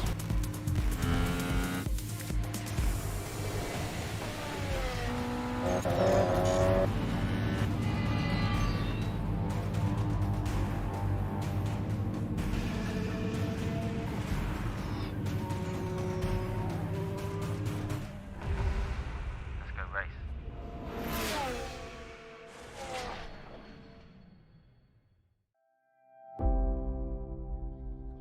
Because here comes Holgate. Yes, the outside line through the final corner for the final time. Once again, photo finish here at the Indianapolis Motor Speedway. Will it be Tim Holgate? It's going to be Christopher Demerit at the line.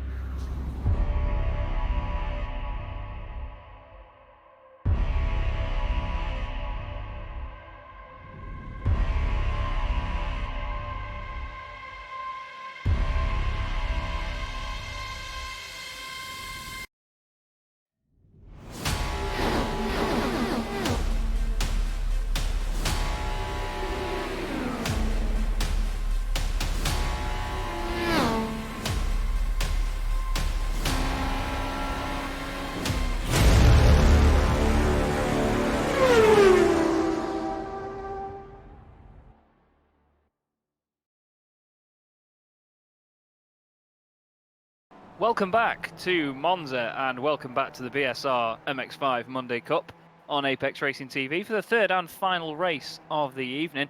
We've seen some fantastic slipstreaming action so far tonight. A few silly incidents, but at the end of the day, it's a very strong slipstreaming circuit, so people are bound to go 3 or even 4 wide tonight. Chaz Draycott here with Tom Jacobs and Marco Barbonaro doing a brilliant job on the cameras as always, and of course hosting the broadcast tonight on Apex Racing TV on YouTube. Really enjoying it tonight, and well, I don't know about you, Tom, but I hope to see more of this, to be fair, because well, it hasn't been a big field and it hasn't been the greatest of driving standards. It's still been quite frantic racing. Yeah, I think race 1 was questionable, but race 2 was brilliant, wasn't it? We had a great battle at the front. But unfortunately, some of the guys either running out of fuel or crashing out right at the end. But apart from that, I think we've had some brilliant racing here. When I first came here, I thought, Monza without the first chicane, it's going to be a long oval-esque track for the MX5. But no, so far we've had some quite good racing, and it's given experience to the guys as well, and that's what they really want and need. So yeah, I'm really looking forward to it. Race 3 at the moment. You can see the guys currently qualifying as it stands. Daniel Taylor there in a rather sort of extravagant livery. I believe that's a Ken Block livery that he's on in that MX5 there. And the number 13 machine comes across the line. We will get the lap time any second. And he doesn't improve. It's a 2:04.9. Is that the last corner? We see it's quite an interesting livery actually. I'm not quite sure whether that's the same on all of it. It's Paul Moy across the line in the number 027 car. And he does a 2:07.5. That puts him 15th on the grid at the moment. He's currently last out of the AM drivers, unfortunately. But at the end of the day, he's putting the effort in, and he's trying his best round here. John Roberts has put a purple sector in the middle of the lap as well. He's got a slip off the number 21 car there, and that is the driver of Robert Inch. So he's back in the 21 car for race 3 tonight. Both these guys have one thing in common, and that's bright green wheels. John Roberts got the livery to go with that as well. Very polished livery on that boosted car. We hope it stays that way throughout the third race tonight. And across the line he goes then. We'll see whether that purple sector counts for anything for John. Jacqueline is actually fastest at the moment, 2:02.8. John Roberts second, 2:02.7. Sorry, it was a 2:02.8 that Jacqueline just did, and it wasn't his best lap. So 2:02.7 for Roberts. It was a 2:02.6 for Jacqueline. So despite it being quite a long track, Tom, it's actually providing very close lap times so far. Yeah, we saw it into Lagos as well, didn't we? Sorry, the guys are separated by, I think it was like the top 10 was separated by just a couple of tenths.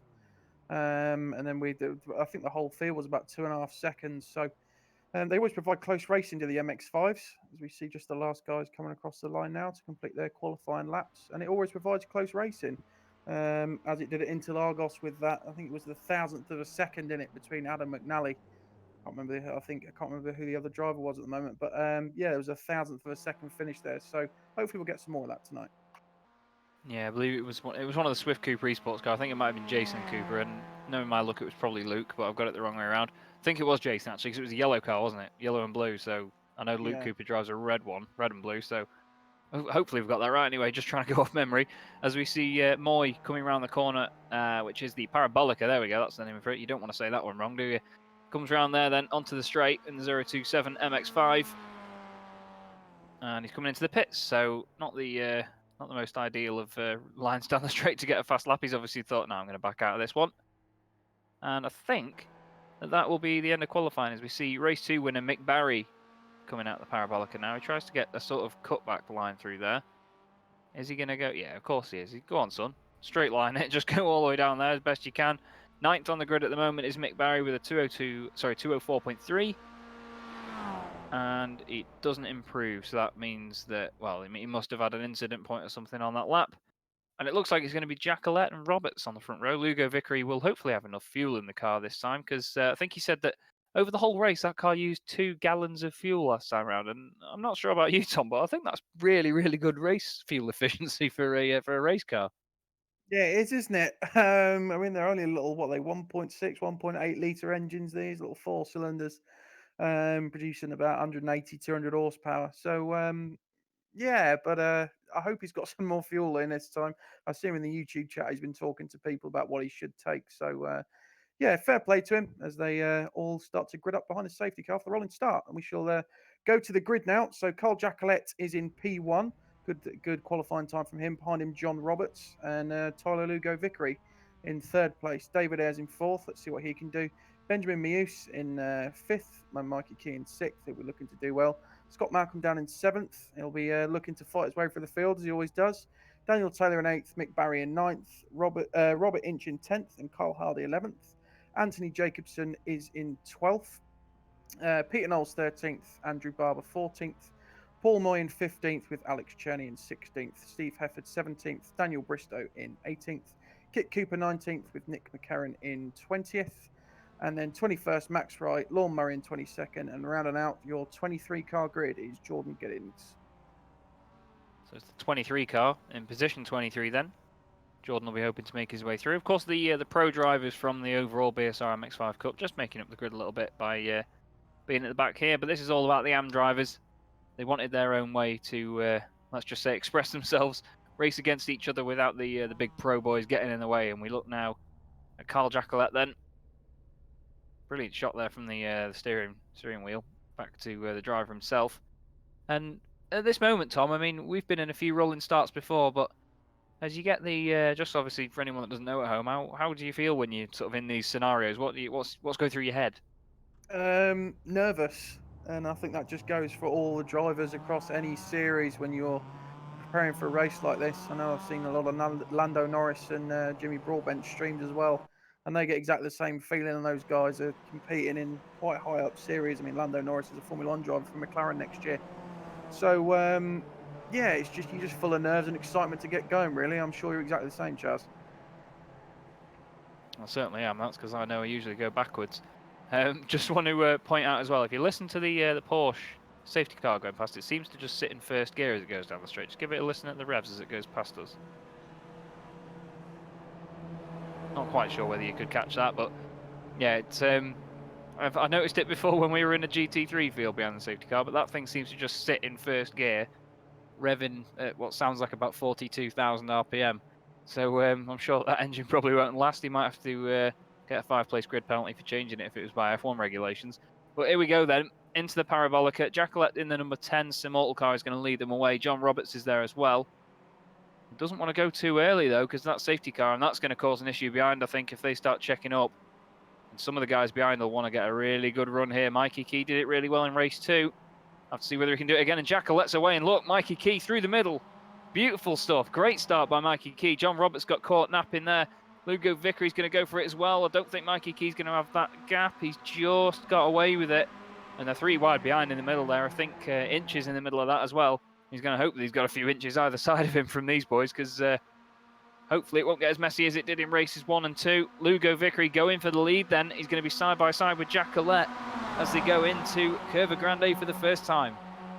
Yeah, so these guys, look at this formation running now. They're 2 wide pretty much all across the field.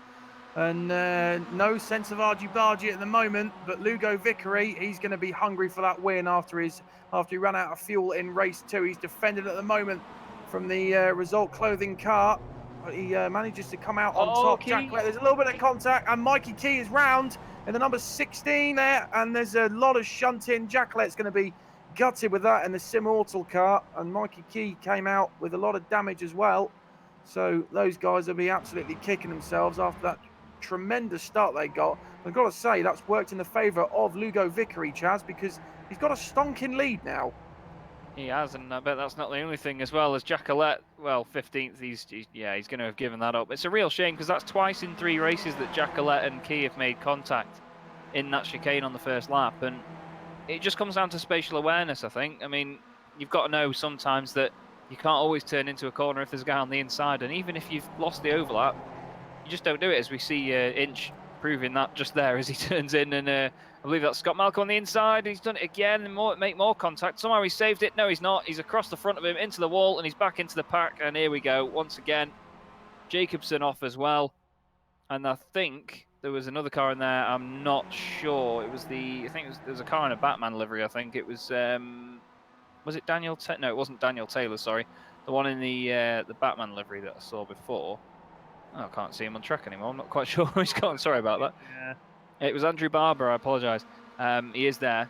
We do have him on screen now with Carl Hardy. But it was Jackalette and Malcolm that got involved in that. And it was just, well, again, spatial awareness wasn't the best priority there. People turning into the corner and not leaving enough room and not considering the car on the inside. I mean, you do know that he's there, and you just got to be really careful. And I just think it gets these guys sometimes. It can panic you in your head, to be fair. I mean, I know it's not the easiest scenario to be in, but once again, we've lost a few cars on the lead lap, and, well, it's the battle of the green machines at the moment. John Roberts putting Tyler Lugo Vickery under all sorts of pressure. John obviously seeing the series as an opportunity to get back in the MX5 and get some results under his belt, and he's certainly trying that now, really sort of controlling move against Tyler Lugo Vickery there into the second chicane, and John does a great job of it. It's down the inside there. That's Benjamin Mears down the inside of David Ayres, and that's Peter Knowles who's going to come through as well in the 222 car. Mick Barry, he got caught up in that first lap incident with Jackalette, and he was, I think, the final one that turned him around when he came across the front of him. So he's got a bit of damage at the front end, but he's hoping to make the well, just make it through, I suppose. That's the probably the aim of the game now. I've judged on the first 2 races.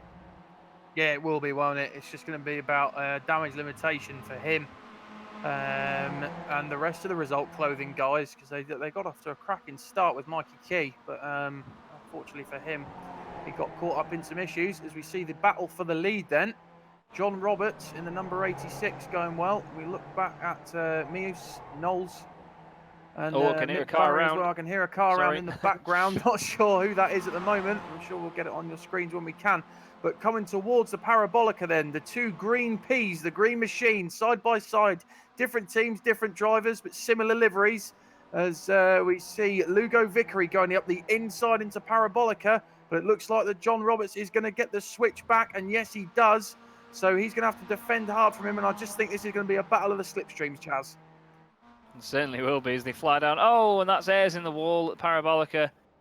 And for a car to end up that way round, he's got to have either lost it on the brakes and flicked it the other way, or he's made contact. We'll have to have a look back in a moment. As Lugo Vickery now just giving Roberts an extra few horsepower down the straight. He wants to be careful doing that and moving around, though. Although he's not making contact with him yet. We might go inside that front bumper any second, but That's really good car control not to actually go into the back of him there. That's fair racing by Tyler, because it is easy to unsettle the rear end of these cars if you do tap one another. But look at that in the slipstream, he runs a little bit wide. And he's lost a little bit of ground there. Steve Hefford, fastest lap of the race, 2:02.3. That's not really surprising, though, to be fair. Yeah, shame about Ayres. And I think Anthony Jacobson, he was off earlier, so I'm not quite sure who it was that went around in Ascari, whether it was one of the pro guys that's done that. And it was Barber, apparently. 20th overall, and now out of the race, of course. As we see Roberts then, I think he's got the slight pace advantage on Tyler Lugo Vickery here, but that's the beauty of these sorts of tracks in the MX5, and the slipstream will level it out. As we see the two Result Clothing cars now, and Peter Knowles is the meat in a Result Clothing sandwich. Yeah, he is, isn't he? So he's going to have it all to do, just like Mr. Bristow did the last time out against the Result Clothing cars. We go under the bridge then for the two leaders coming towards Ascari. Lugo Vickery all over the back of John Roberts now, and John Roberts defending hard in the number 86. The car got a little bit unsettled going into Ascari, but he's held it together coming out again, pushing it out wide onto the AstroTurf there. And Lugo Vickery sat right on the rear bumper as we've got someone off. That's Carl Hardy in the Result Clothing car. Did well to actually save it through there, Chaz, because we know that as soon as you get a little bit out of shape into Ascari, it upsets it all. But we see Lugo Vickery going down the inside into Parabolica to take the lead here at Monza. But it looks like Roberts is going to get the switch back once again as they come onto the start finishing straight, and Roberts maintains his lead. But look at the run in the number 124 of Lugo Vickery. That MX5 working hard now. The engine revs will be right up high. The pistons will be a blur as he slips into the slipstream of John Roberts, and he's just biding his time, Chaz, waiting to go down into that chicane. He's fuel saving, is Mr. Lugo Vickery. That's what he's doing. And based on his race 2 performance, he knows that he can do that now. So yeah, he's playing the wise game once again as Lugo Vickery. It's really mature driving from him tonight, and it's good to see that he's using his head like that. But yeah, I think he's not really going for any extravagant moves on Roberts yet. He wants to just sort of help each other get away, because Mears is behind him, and he's not hanging about as Benjamin Mears. So I think they're hoping that with the slipstream of each other, they can try and get away. As we see Mick Barry and Peter Knowles both with pink wheels on their cars, or purple, depends how colourblind I am. As Barry gets his nose down the inside, slams it on the brakes and just avoids making contact. Great run out of there as Mikey Key there behind Steve Hefford going into the same chicane. And side by side into Lesmo 1. Knowles on the outside, Key on the inside. Sorry, Mick Barry on the inside, I apologise. I should know this by now, really, with the bright roll cages that those Result Clothing cars have. Peter Knowles down the inside, on the curb. That means he's going to come wide. No, a little bit of a slide and he saves it. That's going to compromise his run on the exit. And of course, he gets into the slipstream of Mick Barry there to try and gain as much speed as he can in the run to Ascari. And like you were saying before, Tom, it is easy to unsettle this car, especially with it being so soft on the suspension. The weight transfer as well, when you go through somewhere like Ascari, can be quite scary in even something like an LMP1 car. Oh, well, there's some weight transfer for you. That's Mick Barry into the wall. And his teammate, Carl Hardy, goes through as well. And there's another green car making position. It's Lugo Vickery into the lead, and I'm pretty sure, like with Hill and Villeneuve at Melbourne in '96, we're going to see for the third time running probably the same manoeuvre as Roberts down the inside of Parabolica, although it's not working for him that time. Lugo Vickery's got a great run. Thanks for that nostalgia there, Chaz. That takes you back to better V10 times. But John Roberts then comes out of the slipstream, coming off the Parabolica, down the start-finish straight. And Lugo Vickery won't be fuel saving this time. He'll be foot to the floor, I can imagine, so he doesn't let Roberts get away. Although he's slipping back behind that car now, and then into it, he will go into his fuel-saving mode. So lift and coast for him, as Red Bull told Max Verstappen around Mexico several times last year. And yeah, this is firing up to be a really good battle, Chaz. If the guys can hold it together, I think we could have one of the best battles of the night. Yeah, definitely. And there's not too many cars involved, of course, because it can get a bit messy when that happens. But yeah, great to see these guys going hammer and tongs at it at the moment. The gap is pretty much the same to Benjamin Mears. There he is on your screen in the Automac Knock Hill car. He's just doing everything he needs to do at the moment. I mean, he's going to get a podium place minimum at this point by the look of it. He's got quite a gap back to Carl Hardy and Peter Knowles here battling into the chicane. Bit of a slow exit for Knowles there, actually. Not quite sure whether he was just trying to avoid the back of Carl Hardy. But oh, Lugo Vickery seems to have lost ground. Not sure what he's done, whether he's gone off, or whether he's clipped the wall, or whether he's just had a moment, because he was quite far on the inside line. Car's got damage on the front left as well. It looks to be Chaz. Yeah, it didn't sound too bad, but yeah. What's happened? But I'm sure he'll make up time again. We know how quick Lugo can be around here, as long as he's obviously got fuel in the tank. So yeah, nice and neat and tidy through Ascari, and there he goes on down to chase down John Roberts. But don't count out the number 18 behind them of Benjamin Mears. He's looking quite racy, and he seems to be making up a little bit of time on these guys as they're battling. So he'll just be waiting. And I mean, look at the gap that's come down, Chaz. He could be one for contention for this, but we've only got 5 minutes left of this race, so he really is going to have to put the hammer down if he wants to get involved. He certainly is. But going into the first chicane last time around, it was 3.8 seconds, and now it's just about 2.5. So he's done a great job at catching up with them. But Peter Knowles and Carl Hardy, I was looking the wrong way up on the timing screen then, as there's the battle for the lead, but in the background it was Knowles and Hardy just swapping places once again. And as you say, Lugo Vickery not going to be in fuel saving mode this time round. He's had the overspeed, but it's not quite got him in front, has it? Yeah, just has. Just gets the overlap there. John Roberts slotting in behind. He's going to try and get the move done. Pokes out just a little bit to say, go on, round you go. Let's get it round this Curva Grande. And you definitely know which car you're on board with when you're on board with John Roberts. Onto the brakes then we go. Oh, Lugo Vickery looked a bit late on the brakes there, is he? No, he's done a great job of getting that stopped. I would have broken way earlier than that. So he's got larger man fruits than me, I must say. And he's got the lead still, which is even more important. Knowles behind Hardy then into the same chicane. Battle still on. You can see the neon green racing suit of this immortal driver there. Hands soaring away at the wheel, trying to get it over them curves. But Hardy just maintaining it at the moment and keeping that 4th place. But doesn't look like they're going to be getting near Benjamin Mears anytime soon. Although, especially like that on the gravel, they're not going to be doing that either. No, they're not, are they? And Mears is putting in some fantastic lap times at the moment. Last time round was a 2:03.17. And that's not far off what they were doing during qualifying. So, yeah, he's going really hard at the moment. But these two guys still scrapping it out for the lead, the 124 and the number 86 of Lugo Vickery and John Roberts, respectively. But don't count out Mears. I think he could be in a chance for this, especially these guys keep scrapping, although hopefully won't get into incident. As we look back from Lugo Vickery's car at John Roberts, that boosted MX5 looking menacing. What a camera shot this is. They go hard on the brakes into Parabolica. Suspension tips in. See the tyres working hard. They're praying for forgiveness because it's just all mechanical grip in this car pretty much. Not much in the way of downforce. If this was a real life car, you could pretty much walk into a Mazda dealership, go and grab one, put a cage in it and go racing. So we see Roberts going up the inside now, and it's that slipstream again. And I think Tyler Lugo Vickery knows what he's got to do. But I don't know if I was you, Chaz. Would you bide your time and wait till the end for the slipstream and going as a 2nd place car to take the win, or would you try and stay ahead and try and hold it? I think probably one of the best moves you can try is actually not to go for it at the Parabolica on the last lap, because we've seen people get a good enough run out of there to be ahead over the line.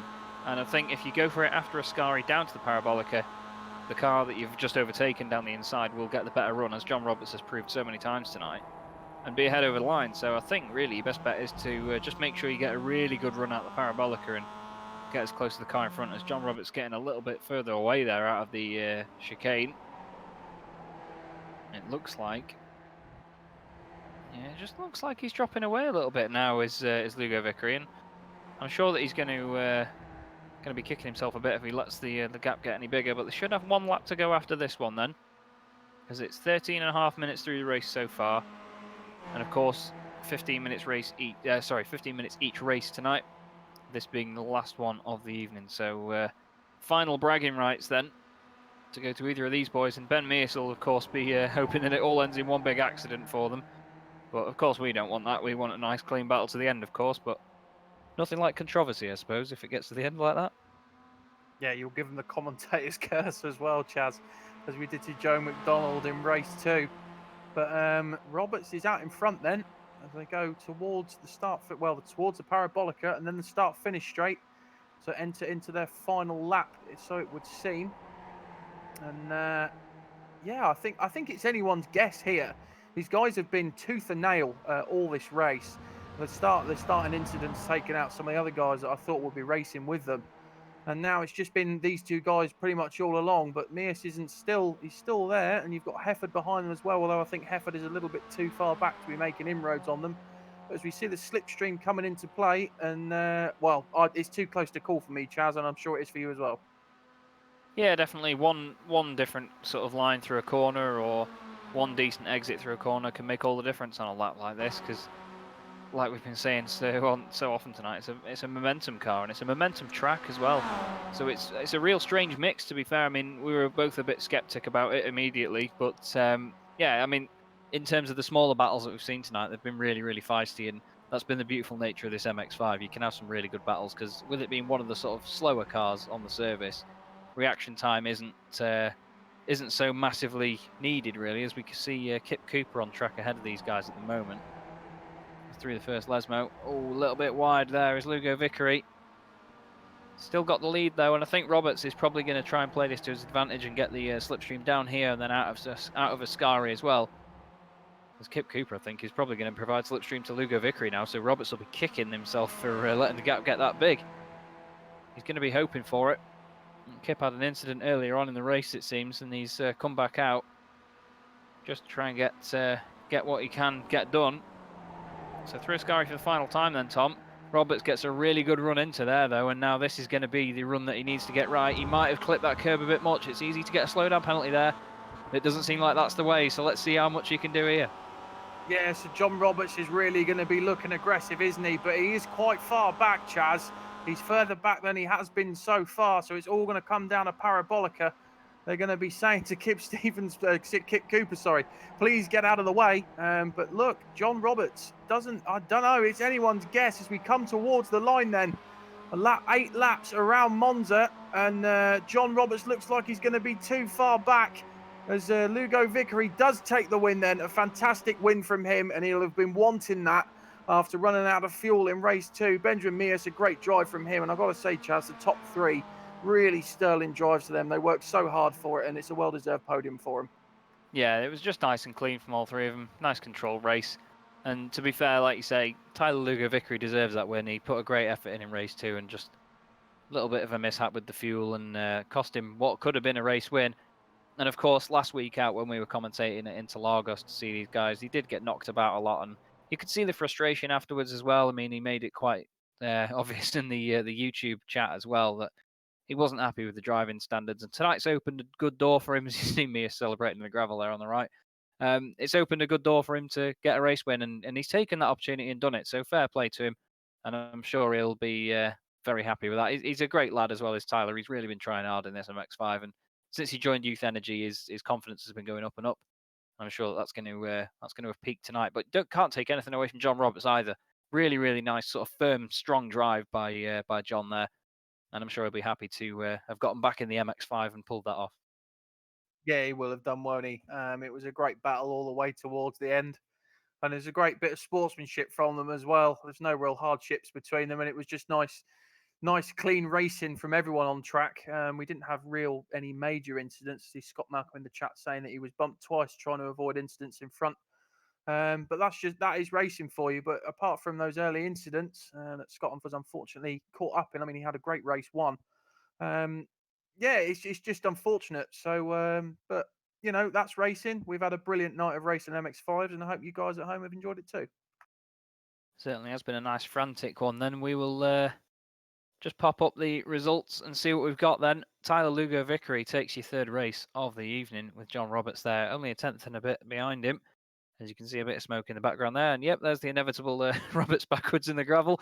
Benjamin Mears third, then rounds out the podium. Steve Hefford makes it up to fourth place with Carl Hardy and Mikey Key for Result Clothing in fifth and sixth. Nick McCarron is seventh with Peter Knowles in Sir Mortal Car in eighth. Daniel Bristow ninth with Max Wright rounding out the top 10 for Auto Mech Knock Hill. Paul Moyers 11th with Mick Barry, David Ayres and Anthony Jacobson 12th, 13th and 14th. Lorne Murray is 15th a lap down with Kip Cooper, who we saw at the end there as well. And Jordan Giddings and Alex Cherney 2 laps down. And then rounding out your field is Robert Inch, Andrew Barber, Scott Malcolm, of course, is bad luck tonight for Scott with a couple of incidents in that one. Carl Jacquelet also, and Daniel Taylor. A couple of incidents taking out most of those guys actually in all 3 races, or even 2 of them tonight, which is a real shame because they're not always incidents that you're in control of. And I mean, it's just one of those when you're getting used to the guys you're running with. Some of these guys have been running together a while, but when it's just you guys on track, it's you do often come across people that you've not raced with before, even though you've been in the same series. It can happen. And I'm sure we've, me and Tom have seen it before as well from the multiple series we've run in. And there is Lugo Vickery doing his donuts then. I'm sure he'll be very happy with that. And as we look at interviews, actually, we do have a Mr. Tyler Lugo Vickery with us now. Tyler, we won't mention race 2, of course, but just so you put in a brilliant drive there to take the win in race 3. How do you feel after that, especially after coming from such a sort of negative week last week? Oh, that was more like redemption. Yeah, that race 2 was. I honestly forgot to put it back up to the 3.3 gallons, but I might be I might be doing some tempting strategies now for tomorrow. I'm actually more excited. This definitely give me a confidence booster, knowing I can be able to keep up there and be able to fight with the M class if that ever happens. But the guys at the Youth Energy definitely have helped me out, especially these last few weeks. So I'm real excited for tomorrow, and this will definitely give me some confidence boost going into tomorrow as well. Brilliant stuff. Well, we were saying as well, you drove a very sort of a level-headed and very mature race, because we saw that a lot of the time down the straights you weren't going for the move on Roberts. You were just making sure you stayed in the slipstream and stayed with him. I mean, was that a fuel-saving tactic based on race 2, or was that just an overall race strategy in terms of position? I think I'm gonna have. I'll look back if it helped me out fuel strategy wise, where I could potentially be able to make that last lap, and like just like what happened with race 2. I'll have to look back because that might end up being a decent strategy for me later on. With credit to all of my oval experience from restrictor plate racing that I've done. So that was where I just stayed in the back. It was more looking at position wise for seeing where I can be able to position myself for the last lap, which it was definitely interesting. I would have thought I needed to wait until near the back half of Monza, but I was completely wrong. I figured I'd take my opportunity while I could, especially with Kip being slower up for about 6 seconds further ahead. I figured I'd take my chances and get around John, and maybe if I catch Kip in time to get his draft, I can be able to pull away from John enough to secure that win. And it's glad it worked out. It certainly did for you, and well, I mean, it's a very popular result from this side of the camera as well. We're very happy to see it, and we were saying you do truly deserve it after last week as well. You put a lot of effort in, and obviously got knocked about a lot, and we know that you were frustrated after last week, of course. So it is good to see, honestly. We do send our best congrats as well, and we hope that you revel in the moment. We know that taking a win in a league like this is always a fantastic feeling. So really well done tonight, mate. Before we let you go, is there anyone you want to give a shout out to? Yeah, I gotta definitely thank the Youth Energy guys for all of the support that they've been doing. Full Sail University for the degree I've been pursuing there, them giving me the opportunity, and I've been starting to work with one of their esport teams out there, Full Sail Armada. So I'm mainly shout out to those guys. They've been giving me the best support right now for especially in this league, and I'm hoping I can continue, especially once I start on campus, being on campus at Full Sail. Starting actually next month. So I'm going to be very, very excited for that, and I'm hoping I can still continue racing after next month. Smashing stuff, mate. Well, fantastic to speak to you. Well done on your win tonight, and very mature driving. It was brilliant, brilliant to watch. Where a night where I think some of the standards may be discussed afterwards, but we'll have to we'll keep that to Facebook, and yeah, we'll enjoy it, and hopefully see you tomorrow and see if you get any success there. Well done. Definitely. Thank you again. Cheers. Tyler there, always polite and professional. Great to hear from him as well. Obviously across the pond as well, so completely different time zone for Tyler right now as well. So he's still committed enough to get involved in the series and put the time in. And of course, he really pulled it off tonight, Tom. It was great driving, wasn't it? Yeah, it was fantastic driving from him. Kept it clean. A lot of respect between him and John Roberts on track as well. So that was really good to see. Unfortunate for him in race 2 because I think he would have had another win. But yeah, I think he needed that in race 3, and he managed to get it for himself. So congratulations to him, and I look forward to seeing him in the other races. Obviously, just another quick mention, John Roberts in that one as well. It was just really respectful racing from the pair of them. They made the most of what was quite a sort of lonely race for them. They only had each other to go with, and Benjamin Mears as well kept it on track and did everything he needed to. We don't actually have any other drivers lined up for an interview by the look of it, so that will be the end of the broadcast tonight. It's been a pleasure working with you again, Tom. I feel like we made quite the partnership, and Marco, of course, between races has had us in absolute tears laughing, and he's done a great job on the cameras as always. So thanks always to Marco. Thank you everyone for joining us on the YouTube chat tonight. Thanks for your involvement in that. We hope you certainly enjoyed it. And don't forget that we will catch you tomorrow night for the BSR MX5 Cup, the full series with all the pro drivers and all the chaos involved. We'll be back here at Monza as far as I know. And on Thursday night, you'll get the BSR TC Pro Series, another round in the showdown. Always exciting to watch, big grids, lots of contact, and, well, frantic racing and all the same. So from me, Chaz Draycott, Tom Jacobs, and Marco Barbanera, we wish you good night. Thanks very much.